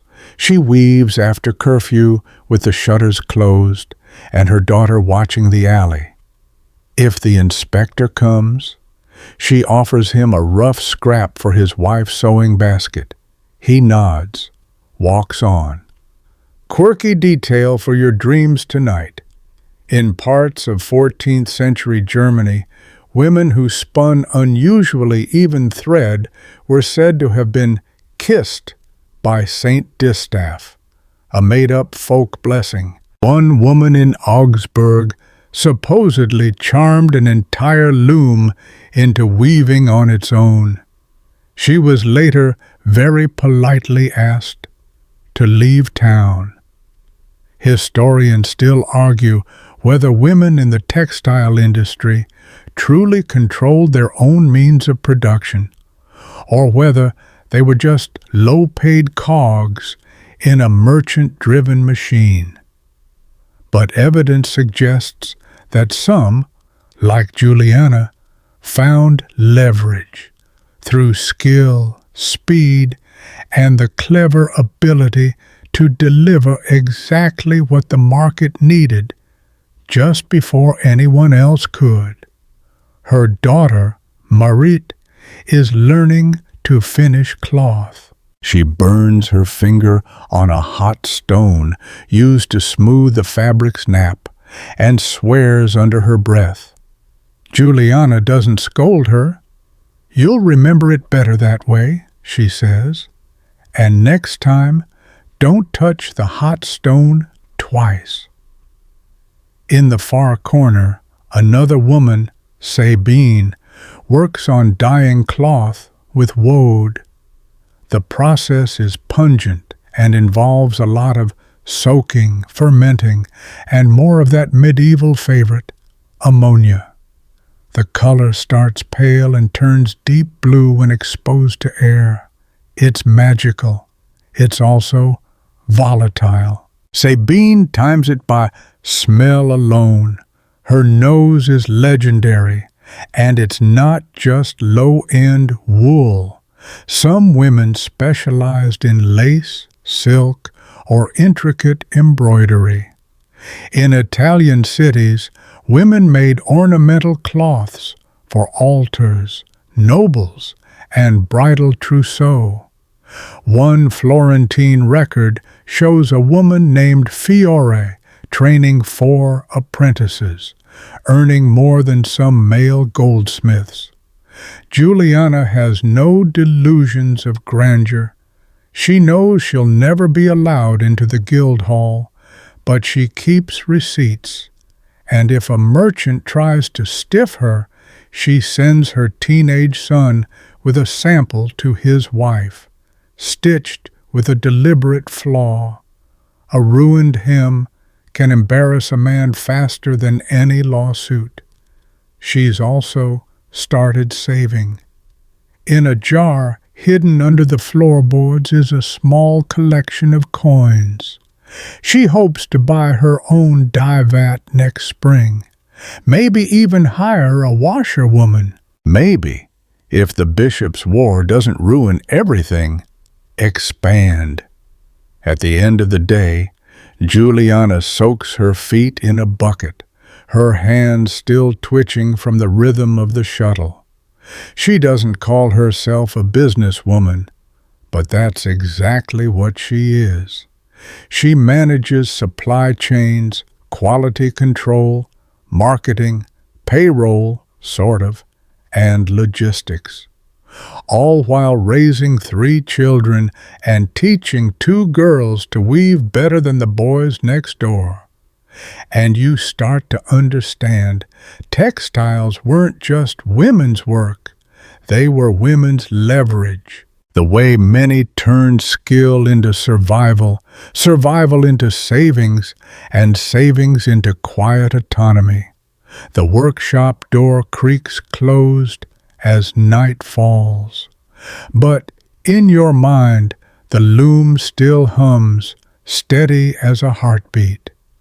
And behind every medieval tunic, banner, or bridal veil, there's a thread spun by someone like Juliana, too busy to make history, but far too important to be forgotten. You're somewhere between the bustle of a street fair and the hush of a ledger room. There's laughter, music, meat sizzling on spits, and beneath it all, a quiet rustle of coin changing hands. A traveling merchant caravan has rolled into town, and today you'll meet the women who didn't just hold the fort while the men traveled. They packed their own bags. Tonight, we follow the lives of female itinerant traders and traveling business women. Yes, they existed. And yes, they hustled harder and farther than most would believe. Let's set the wheel turning with a historical anchor.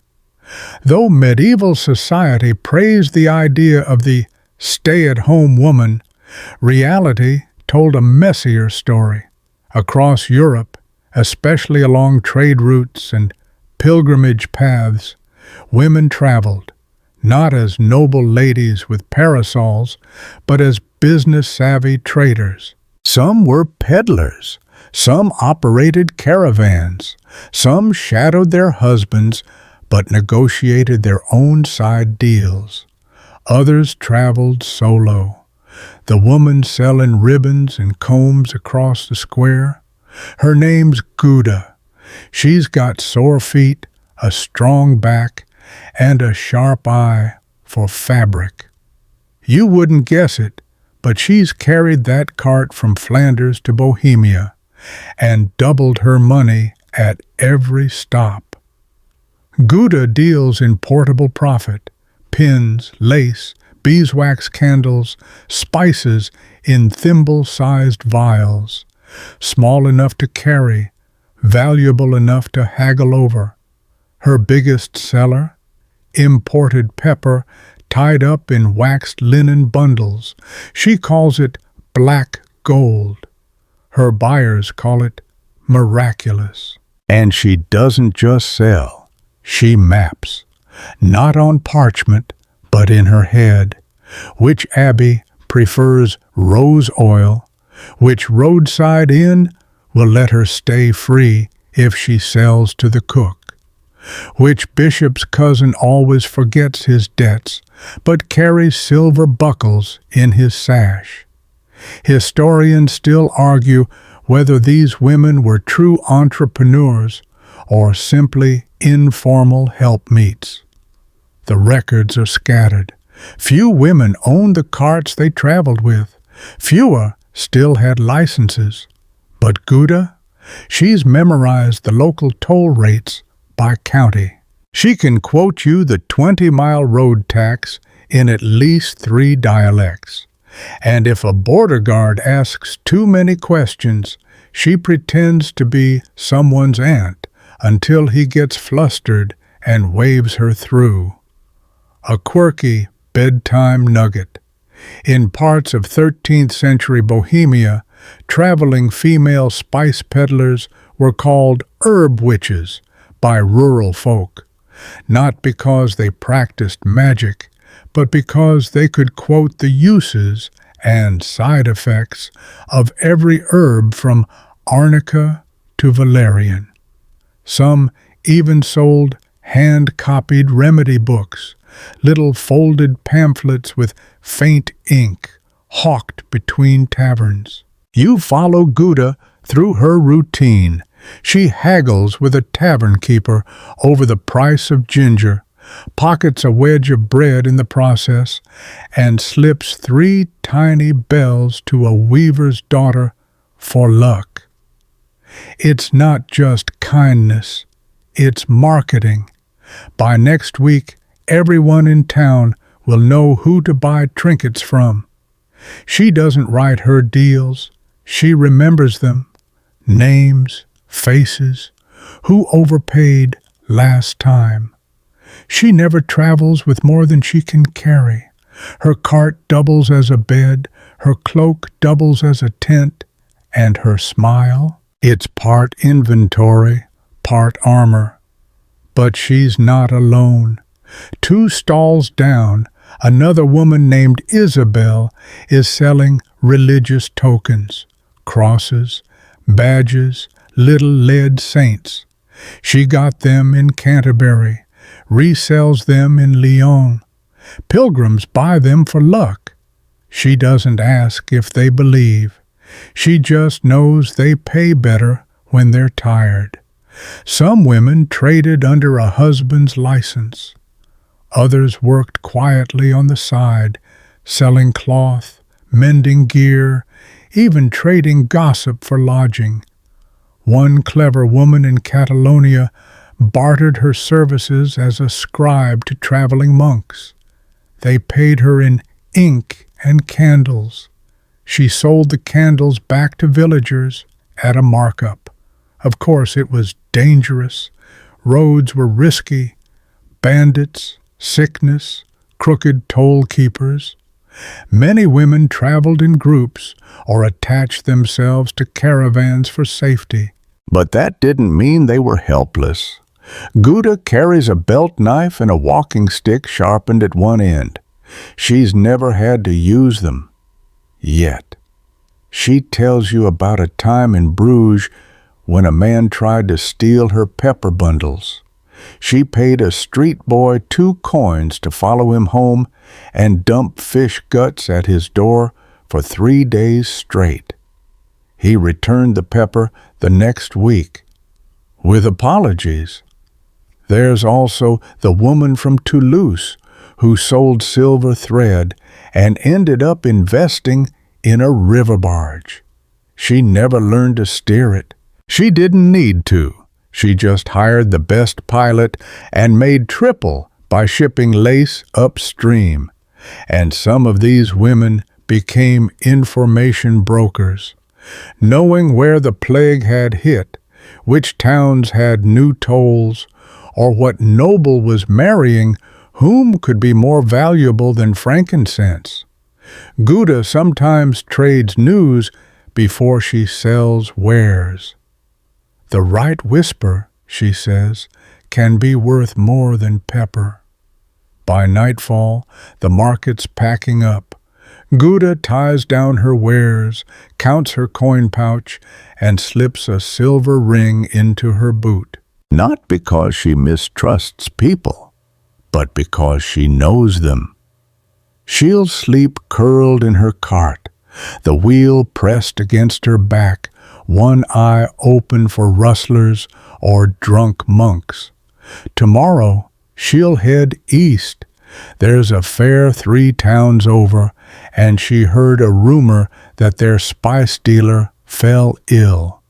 That's an opening, and Gouda never ignores an opening. As the stars emerge and the firelight dims, you realize that behind every roadside stall, every dusty caravan, every half-muttered transaction on a muddy path, there were women like her, tireless, shrewd, and mobile in a world that said they shouldn't be. They may not have carved cathedrals, but they carved roots across valleys, across borders, across centuries. The tavern is quiet now. The last tankard has been drained, the lute player snoring beside the hearth. You slip upstairs, not into a bedroom, but into a room behind the stairs, where a candle still burns low. 2 women sit opposite each other over parchment and wax seals. There's no ale here, no flirting, only negotiation. You've entered the world of marriage contracts, dowries, and business partnerships, where women wielded economic power not just behind the curtain, but across the table. Let's open the ledger with a fact that might surprise you.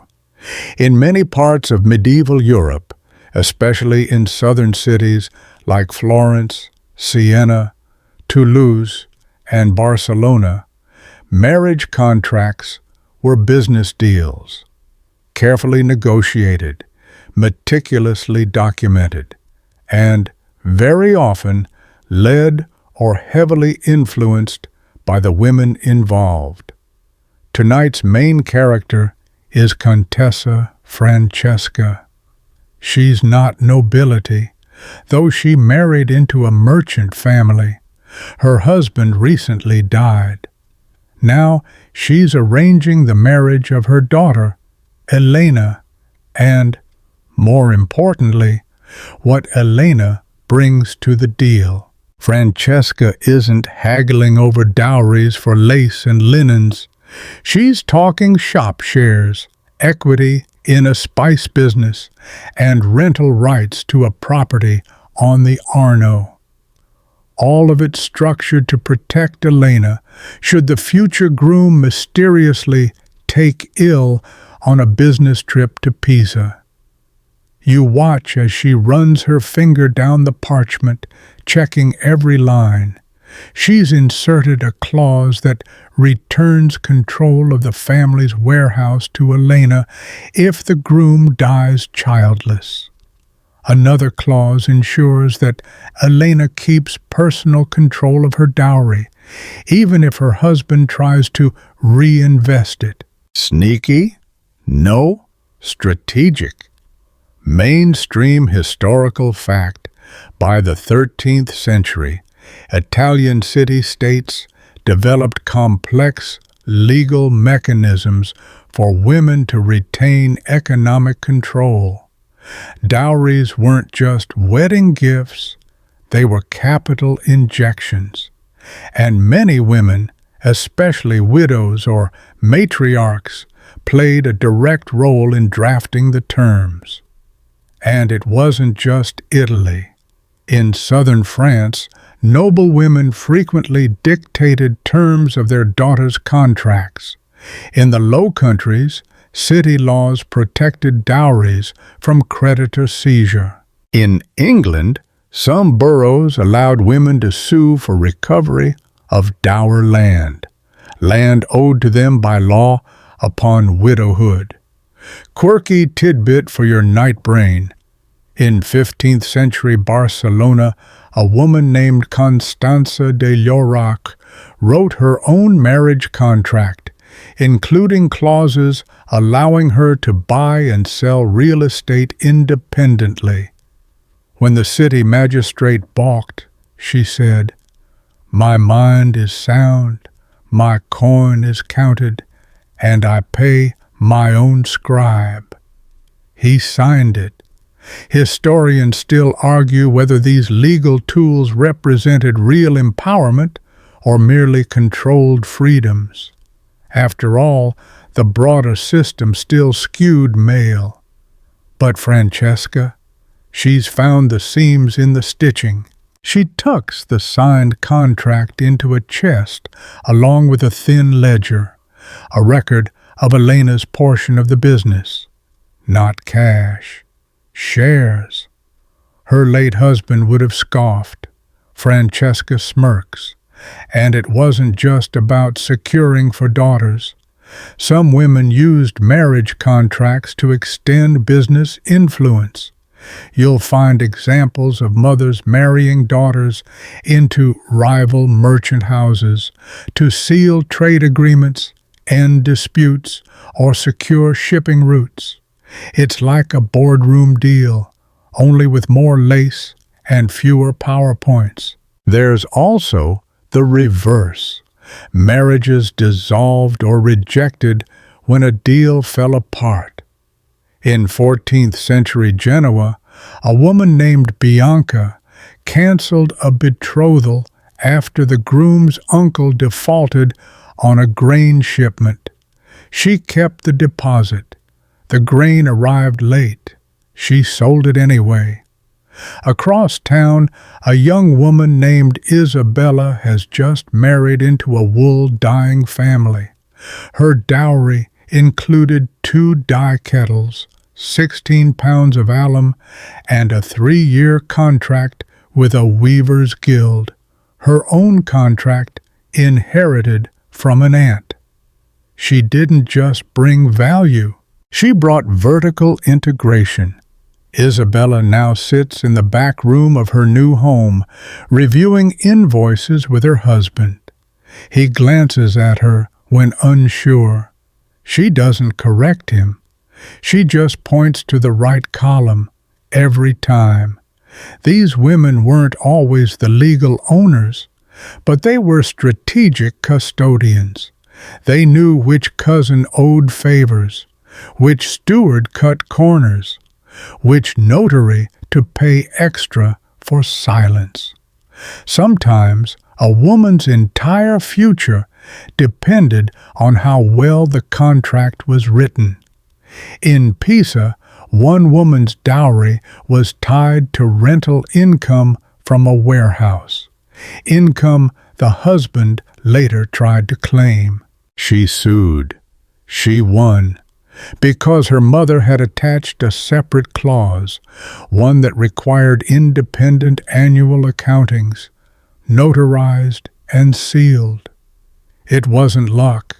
It was foresight. The marriage market could be cruel, but it could also be leveraged. In places like Venice, wealthy merchant widows remarried strategically, choosing husbands with debts they could absorb and control. One widow ended up owning the entire spice inventory of her second husband's family business. They called her La Speziata. No one dared undercut her. And even beyond marriages, women formed business partnerships with other women, sometimes contractually linked to family alliances. 2 sisters in Lyon ran a lace-making operation funded by their niece's dowry. When one married a grain merchant, she tied 10% of the annual profit to her sister's business expansion. Francesca finishes her glass of wine and seals the chest. Tomorrow, the groom's uncle will send a scribe with a copy. She's already marked which lines to renegotiate. Her daughter won't know all the tricks yet, but she will. Francesca's mapped the terrain, packed a compass, and tied a little string around the keys, just in case. Outside, the night is still, but somewhere beneath the rooftops and shutters, contracts like these ripple through towns like ghostly ledgers, transferring not just wealth, but agency, if the pen was held steadily enough. And if you're wondering whether these documents survive, they do. You can still read them today. Faded ink, sharp minds. The smell hits first. Spices, ink, beeswax, and dust baked under a sun-warmed tile roof. You step into a modest shop just off the square, its windows crowded with silks, ledgers, dried herbs, and, oddly, a basket of lemons. At the counter, a woman in her 40s is discussing credit terms with a stonemason who clearly wasn't prepared to lose the argument. Meet Agnes. She's not a queen, nun, or secret scribe. She's a shopkeeper, and she's here to sell you things you didn't know you needed, while quietly managing a portfolio more sophisticated than your modern credit score. Tonight, you're exploring the overlooked but vital world of female shop owners and market stall holders. They didn't march into battle. They didn't build cathedrals. But they were the daily gears of medieval urban life. And in their ledgers and counters, commerce lived and breathed. Let's stock our historical shelf. In medieval towns, especially post-12th century, as cities grew, women frequently ran retail operations. Some inherited them. Others started from scratch. Bakeries, apothecaries, candle shops, fabric stalls, second-hand goods, even book copying services. Women sold, traded, bartered, and haggled every hour of daylight. Agnes runs a mixed goods store. That might sound humble, but look closer. She knows where the saffron came from, Valencia. Who's behind on their soap bill, Thomas the glovemaker, and how much dried sage she can sell before someone accuses her of witchcraft. Not as much as you'd think. She's not part of a guild, but she pays dues to the market officials, greases the local Reeves palm twice a year, and keeps exact notes on supply chains. Her spice supplier in Marseille writes her personal letters. One begins, "My best pepper for your best smile." She rolled her eyes and deducted 2 silver from his invoice. Mainstream fact? In London, Paris, Cologne, and Bruges, market records list thousands of women traders. Some are widows, carrying on their husbands' businesses. Others are married women with femme sole status, legal recognition as independent economic actors, usually through special charter or local tradition. A rare but powerful loophole. Agnes is married technically. Her husband's in the countryside managing a cousin's estate. She doesn't wait for his input. She makes the purchases, sets the prices, negotiates deliveries, and quietly adds a rainy day line item to every invoice. At market stalls, the picture's even more vivid. Cloth sellers, fruit vendors, lace hawkers, cobblers, candle makers, all staffed or entirely run by women. Some were push carts, others had fixed stalls with locks, shutters, and even hand-painted signs. Agnes once had a sign, until a pigeon war broke out above it. She burned it. Quirky tidbit for your sleepy head.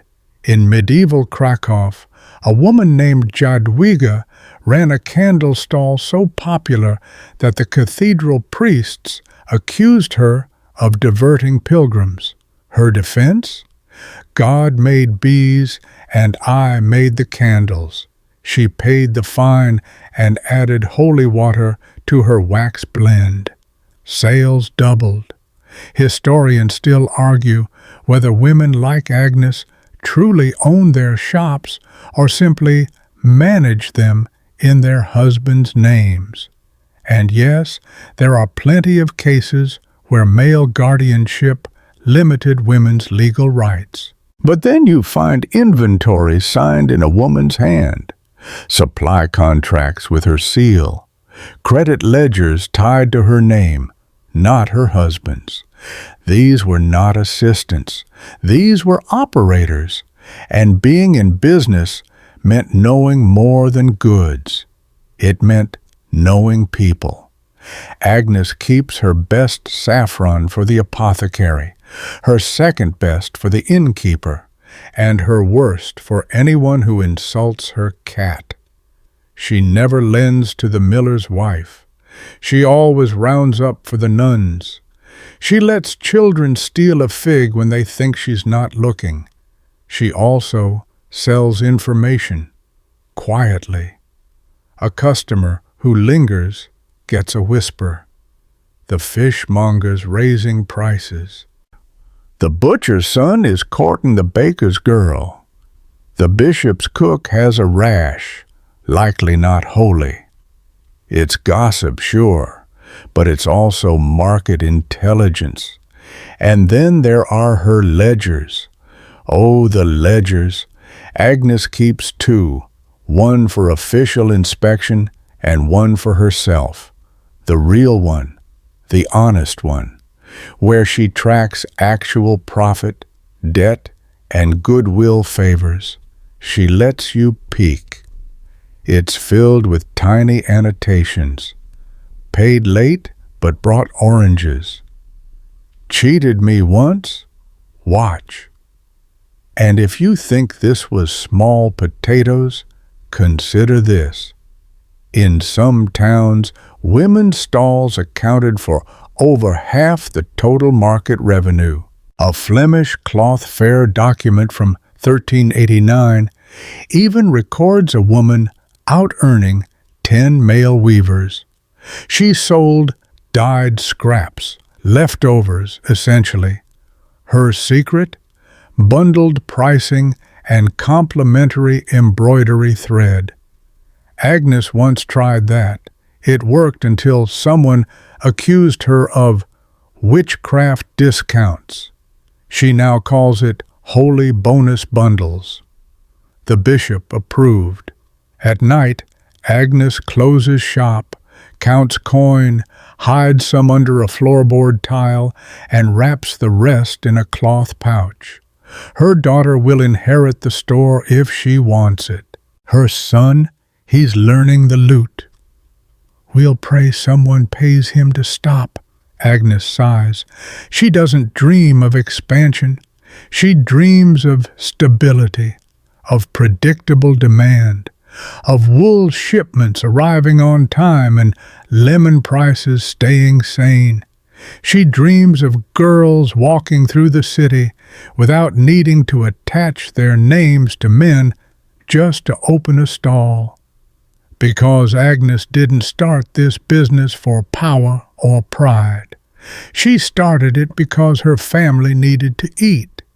And somewhere between candle sales and pepper contracts, she built a life. Solid, independent, respected, if not always acknowledged. You leave her shop quietly. A bell tinkles, the shutter creaks down, and behind that simple storefront, a medieval woman balances the books of survival with chalk, wit, and the kind of nerve that history rarely applauds but always depends on. There's a chill in the air tonight, not from wind, but from cold stone. You've stepped into the dim corridors of a medieval castle. A servant hurries past. Two guards argue over dice, and in a side chamber lit by flickering torchlight, a woman sits with a chest of sealed letters and a scroll marked with crests and red wax. She isn't embroidering. She's coordinating land rents, collecting tribute, and negotiating with abbots. Tonight, you meet the noblewomen who managed estates and orchestrated commerce, often while the men were away, on crusade, at court, or in the grave. Let's blow the dust off a hard, polished truth. In a world where male inheritance ruled the day, noblewomen were still key economic actors, especially when widowed or left in charge as regents. They managed manors, supervised markets, paid troops, arranged supply lines, oversaw vineyards, and occasionally organized minor military campaigns, all in a day's work. Our guide this evening, Lady Marjorie Delay. Her husband is off at court, and has been for 6 months. She's not waiting idly. Her steward is late with the harvest figures, and her chapel roof is leaking. Again. She's already written to 2 masons and is prepared to cancel Easter services if she doesn't see progress. She walks with purpose through the solar, nodding at scribes copying rent rolls. Her children trail behind until she sends them off with a governess.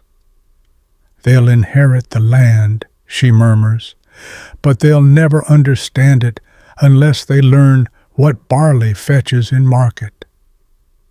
Mainstream historical fact: in medieval England, France, and parts of the Holy Roman Empire, noblewomen often acted as estate managers. They administered not just domestic households, but sprawling agricultural domains, hundreds of acres, multiple villages, mills, forests. The wealth of a noble house depended on competent management, and these women didn't flinch. You sit beside Marjorie as she reviews accounts. She frowns at a dip in rents. Either the reeve's lying or the sheep are sick. She sends a messenger to inspect the flocks. She doesn't ride out herself, but she used to. Before childbirth stiffened her knees.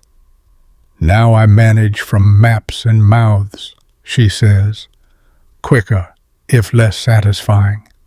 She's dictating letters to 4 tenants, 2 abbots, and a wine merchant in Gascony. In one, she requests repayment of a loan she extended to a neighboring lord whose estate was damaged in a storm. In another, she arranges for new plowshares, commissioned from a blacksmith 2 villages over, who happens to owe her family 3 pigs' worth of iron. Quirky tidbit. In 14th century Brittany, a noblewoman named Jeanne de Clisson turned to piracy after her husband's execution.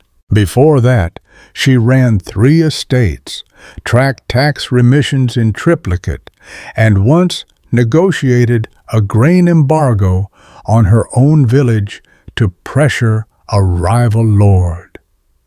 Later, she applied the same tactics at sea. Historians still argue whether these women had true economic autonomy or were merely placeholders until sons came of age. But Lady Marjorie has been running her estate for 12 years. Her eldest is 15. She's not handing over the reins until he stops tripping over the dog. And her knowledge runs deep. She knows which tenants skimp on tithes, which ones bribe the reeve, which mills overcharge. She adjusts rents not just by productivity, but by personality, raising rates for the lazy, forgiving debts for the loyal. She also manages contracts, labor, trade, and even mercenary.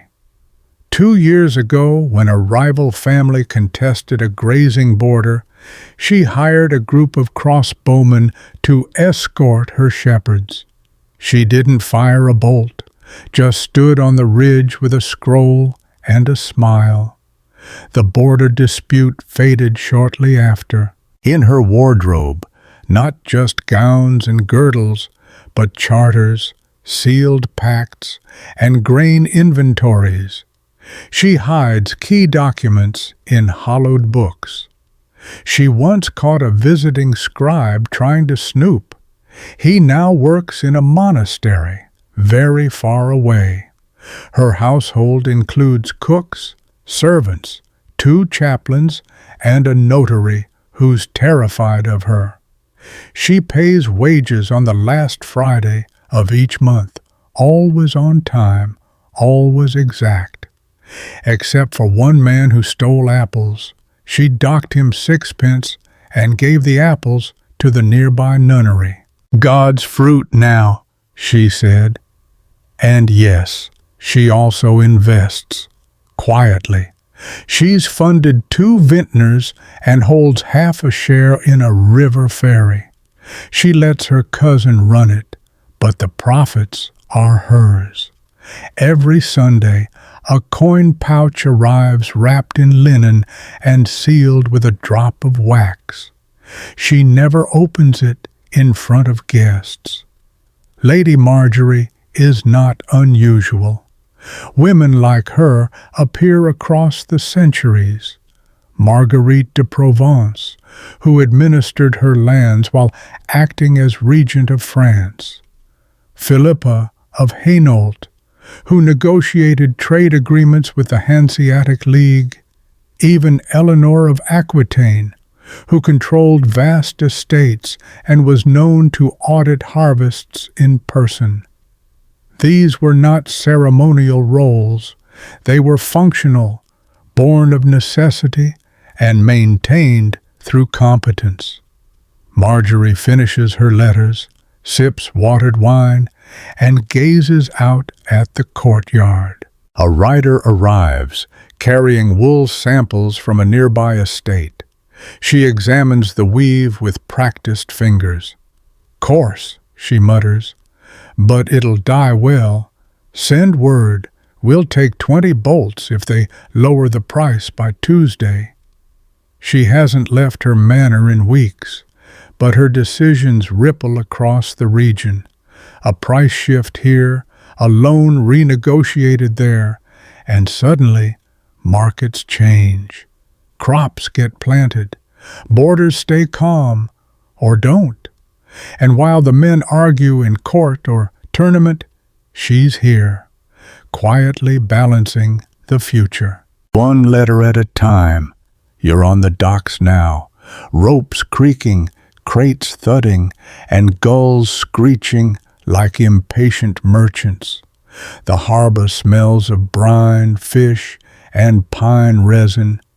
Men shout orders as ships are loaded with cloth, wax, and casks of wine. But you're not here for the captains. You're here for the woman with a ledger under one arm and a sea captain arguing over spice prices in the other. Her name? Jamila, half Basque, half Moorish, fully unfazed, and she's the quiet force behind 3 merchant vessels and 2 warehouses. Tonight, we enter the rarefied world of female investors in long-distance trade, women who never set foot on the open sea, yet navigated vast commercial networks with precision. Let's launch with the historical bedrock.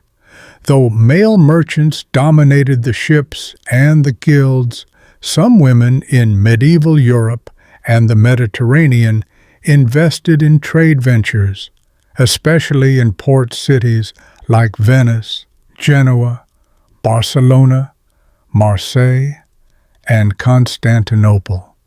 Many were widows. Some were wives operating under femme sole status. A few? They needed no justification beyond capital and guts. Jamila's capital came from an inheritance, part silver, part property. But what she did with it, that's the miracle.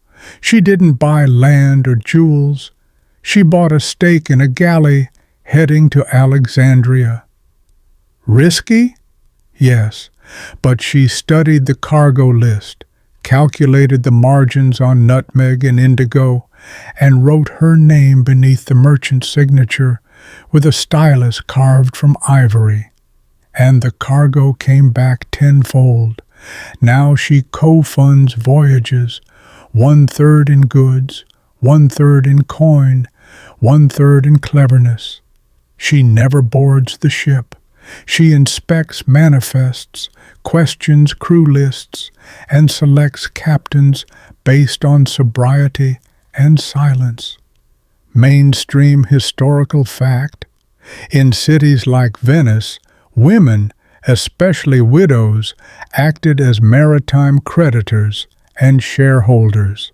Venetian court documents show women suing for lost cargo, negotiating profit sharing, and commissioning ledgers with interest rates scribbled in the margins like prayers. Jamila walks you through her office. 1 room, 3 tables, no throne, just ink, contracts, and a pouch of rough gems awaiting appraisal. She tracks her vessels, La Fortuna, Miriam's Wake, and Tanzil, on a hand-drawn map with little glass beads, blue for outbound, green for expected return. Black means lost. Only 2 blacks, ever. She also insures cargo. Carefully, with a scribe in Pisa and a broker in Tunis. The policies are complex. If saltfish arrive spoiled, if pirates intercept saffron, if a storm delays delivery past a feast day. She knows the terms better than the brokers. They no longer try to confuse her. Quirky tidbit: in 14th century Genoa, a woman named Sara d'Ambrosio underwrote a ship filled entirely with mirrors. When questioned, she explained, "Vanity never sinks." She was right. The cargo returned intact and sold out within days. Some mirrors were cracked, still sold as visions from a better world. Historians still argue whether women like Jamila truly directed these ventures or were simply silent investors. But her hand is everywhere, in the hiring of scribes, the dismissal of a captain who overdrank in Tunis, the strategic purchase of just enough pepper to keep prices high without flooding the market. And she's part of a web. Other women, like Leonore in Marseille or Zara in Valencia, co-invest with her. They meet once per month in the back room of a grain mill. No feast, no ceremony, just sealed letters, profit sheets, and a bottle of something sharp. Jamila also reinvests. She's bought shares in a glass-blowing workshop, financed repairs on a bridge, lent money to a goldsmith expanding his workshop in Seville at 8% interest and a clause requiring repayment in raw gold or engraved medallions, whichever has higher market value at the time. She doesn't flaunt power, but she knows how to wield it. One merchant delayed her payment by 2 weeks. She quietly bought his competitor's cargo and undercut him by 2%. He paid on the 3rd week with extra coin and an apology. Her only indulgence? Saffron ink. She signs major contracts with it, not for superstition, but because it stains the parchment deeper, harder to alter. The smell, she says, is just a bonus, and she mentors. A young girl named Mira reads the ledgers aloud each week, learning math through paperweights and pine tar shipments. "You count coin before you chase it," Jamila tells her. "Always." At sunset, she climbs a tower above the dock. From there, she watches the sails, not because she doubts the return, but because she enjoys the quiet moment where risk becomes reward and sea turns into silver. Her name is not etched into the city gates, but her coin moves across oceans. Her reputation slips between ports like a salt wind. And her decisions, not declarations, shape the rhythms of trade, one voyage at a time. You walk away, leaving her to her map, her glass beads, and the delicate, deliberate balance of enterprise in a world that never truly saw her, but absolutely relied on her. The cathedral bells toll in the distance, low and slow, like a heartbeat at rest. You're walking now through a narrow alley, past shuttered shops and taverns snuffed quiet for the night. A lantern flickers in an upper window, casting light on a desk piled with parchment, ink, and a half-finished letter in a delicate but practiced hand. Inside sits Beatrix.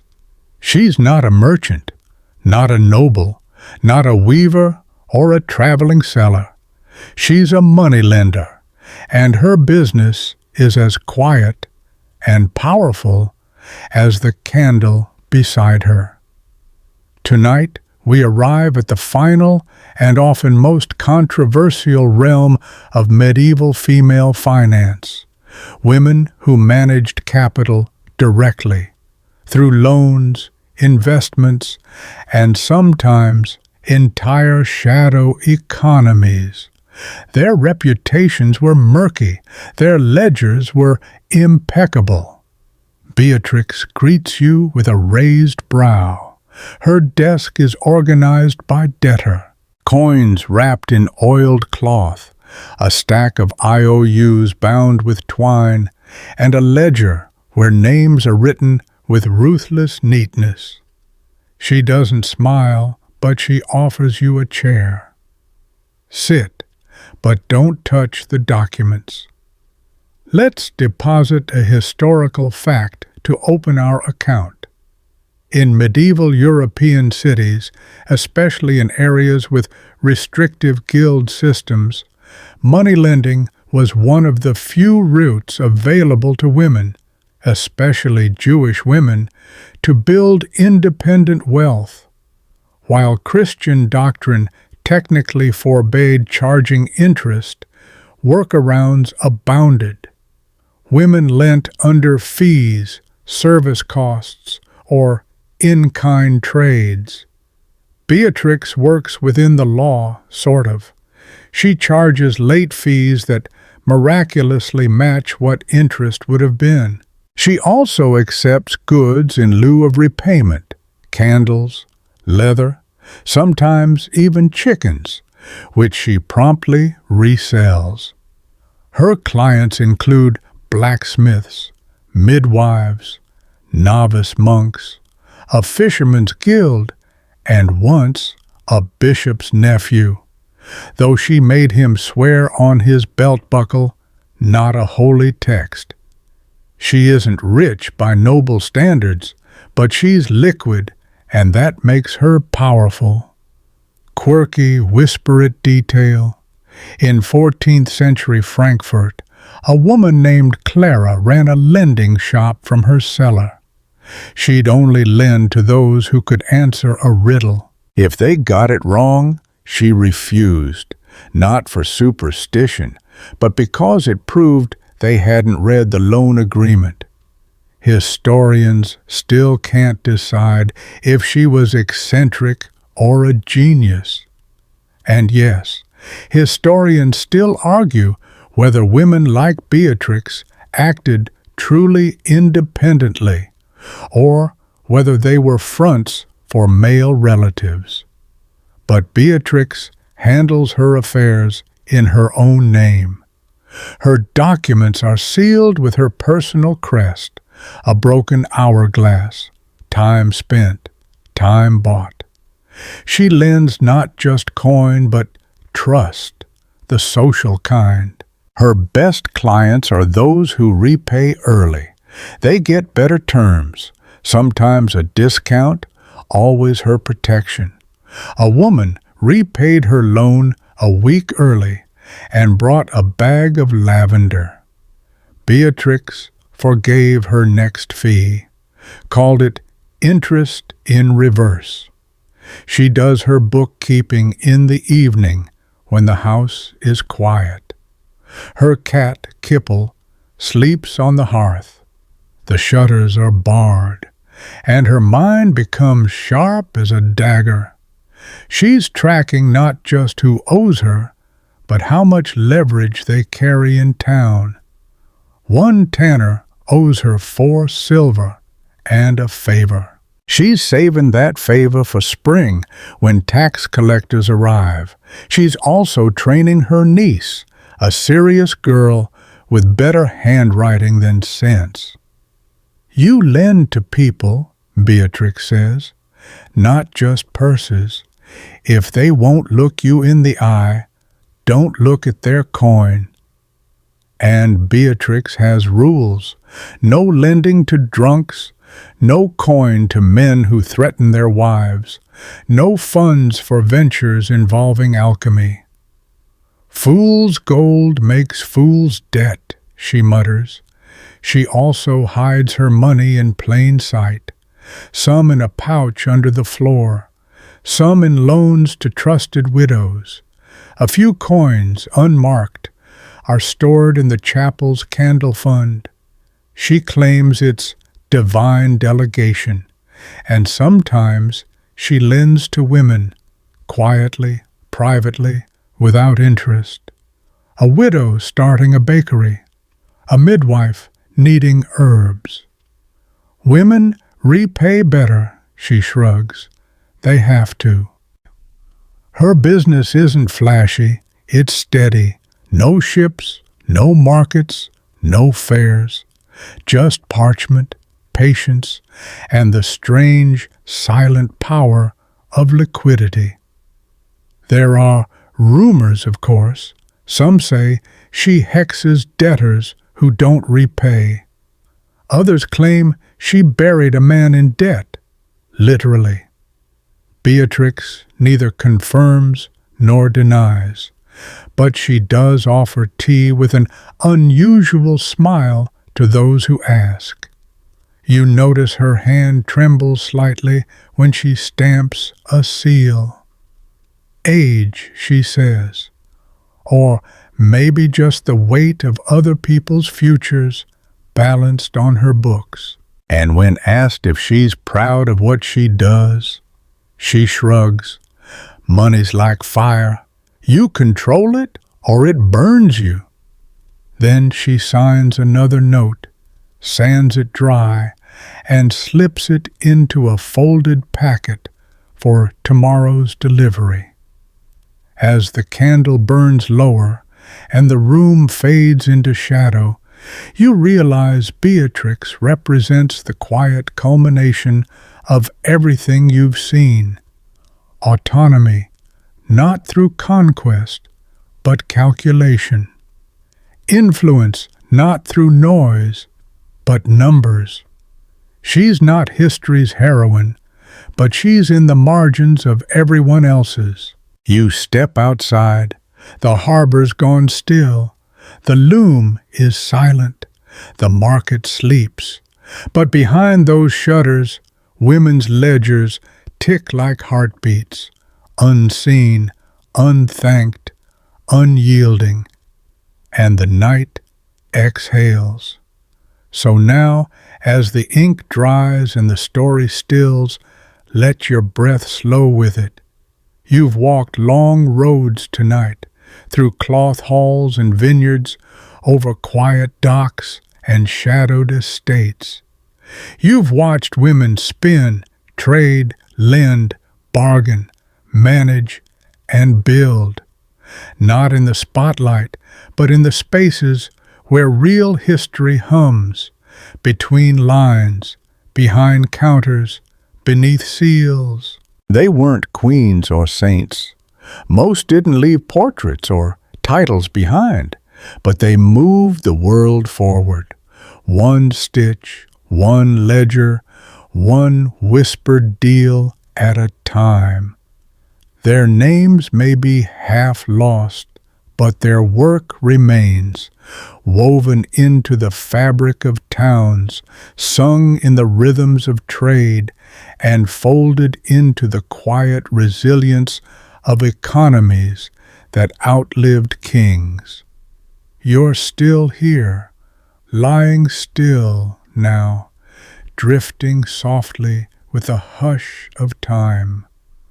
The walls around you fade into timber beams, stone hearths, sunlit market stalls. You hear the flick of parchment, the clink of coin, the creak of a loom in a nearby room.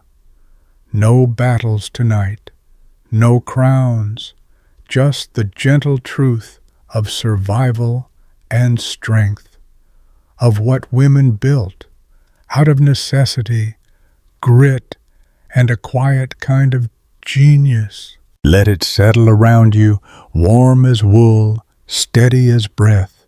You're safe here. Let go now.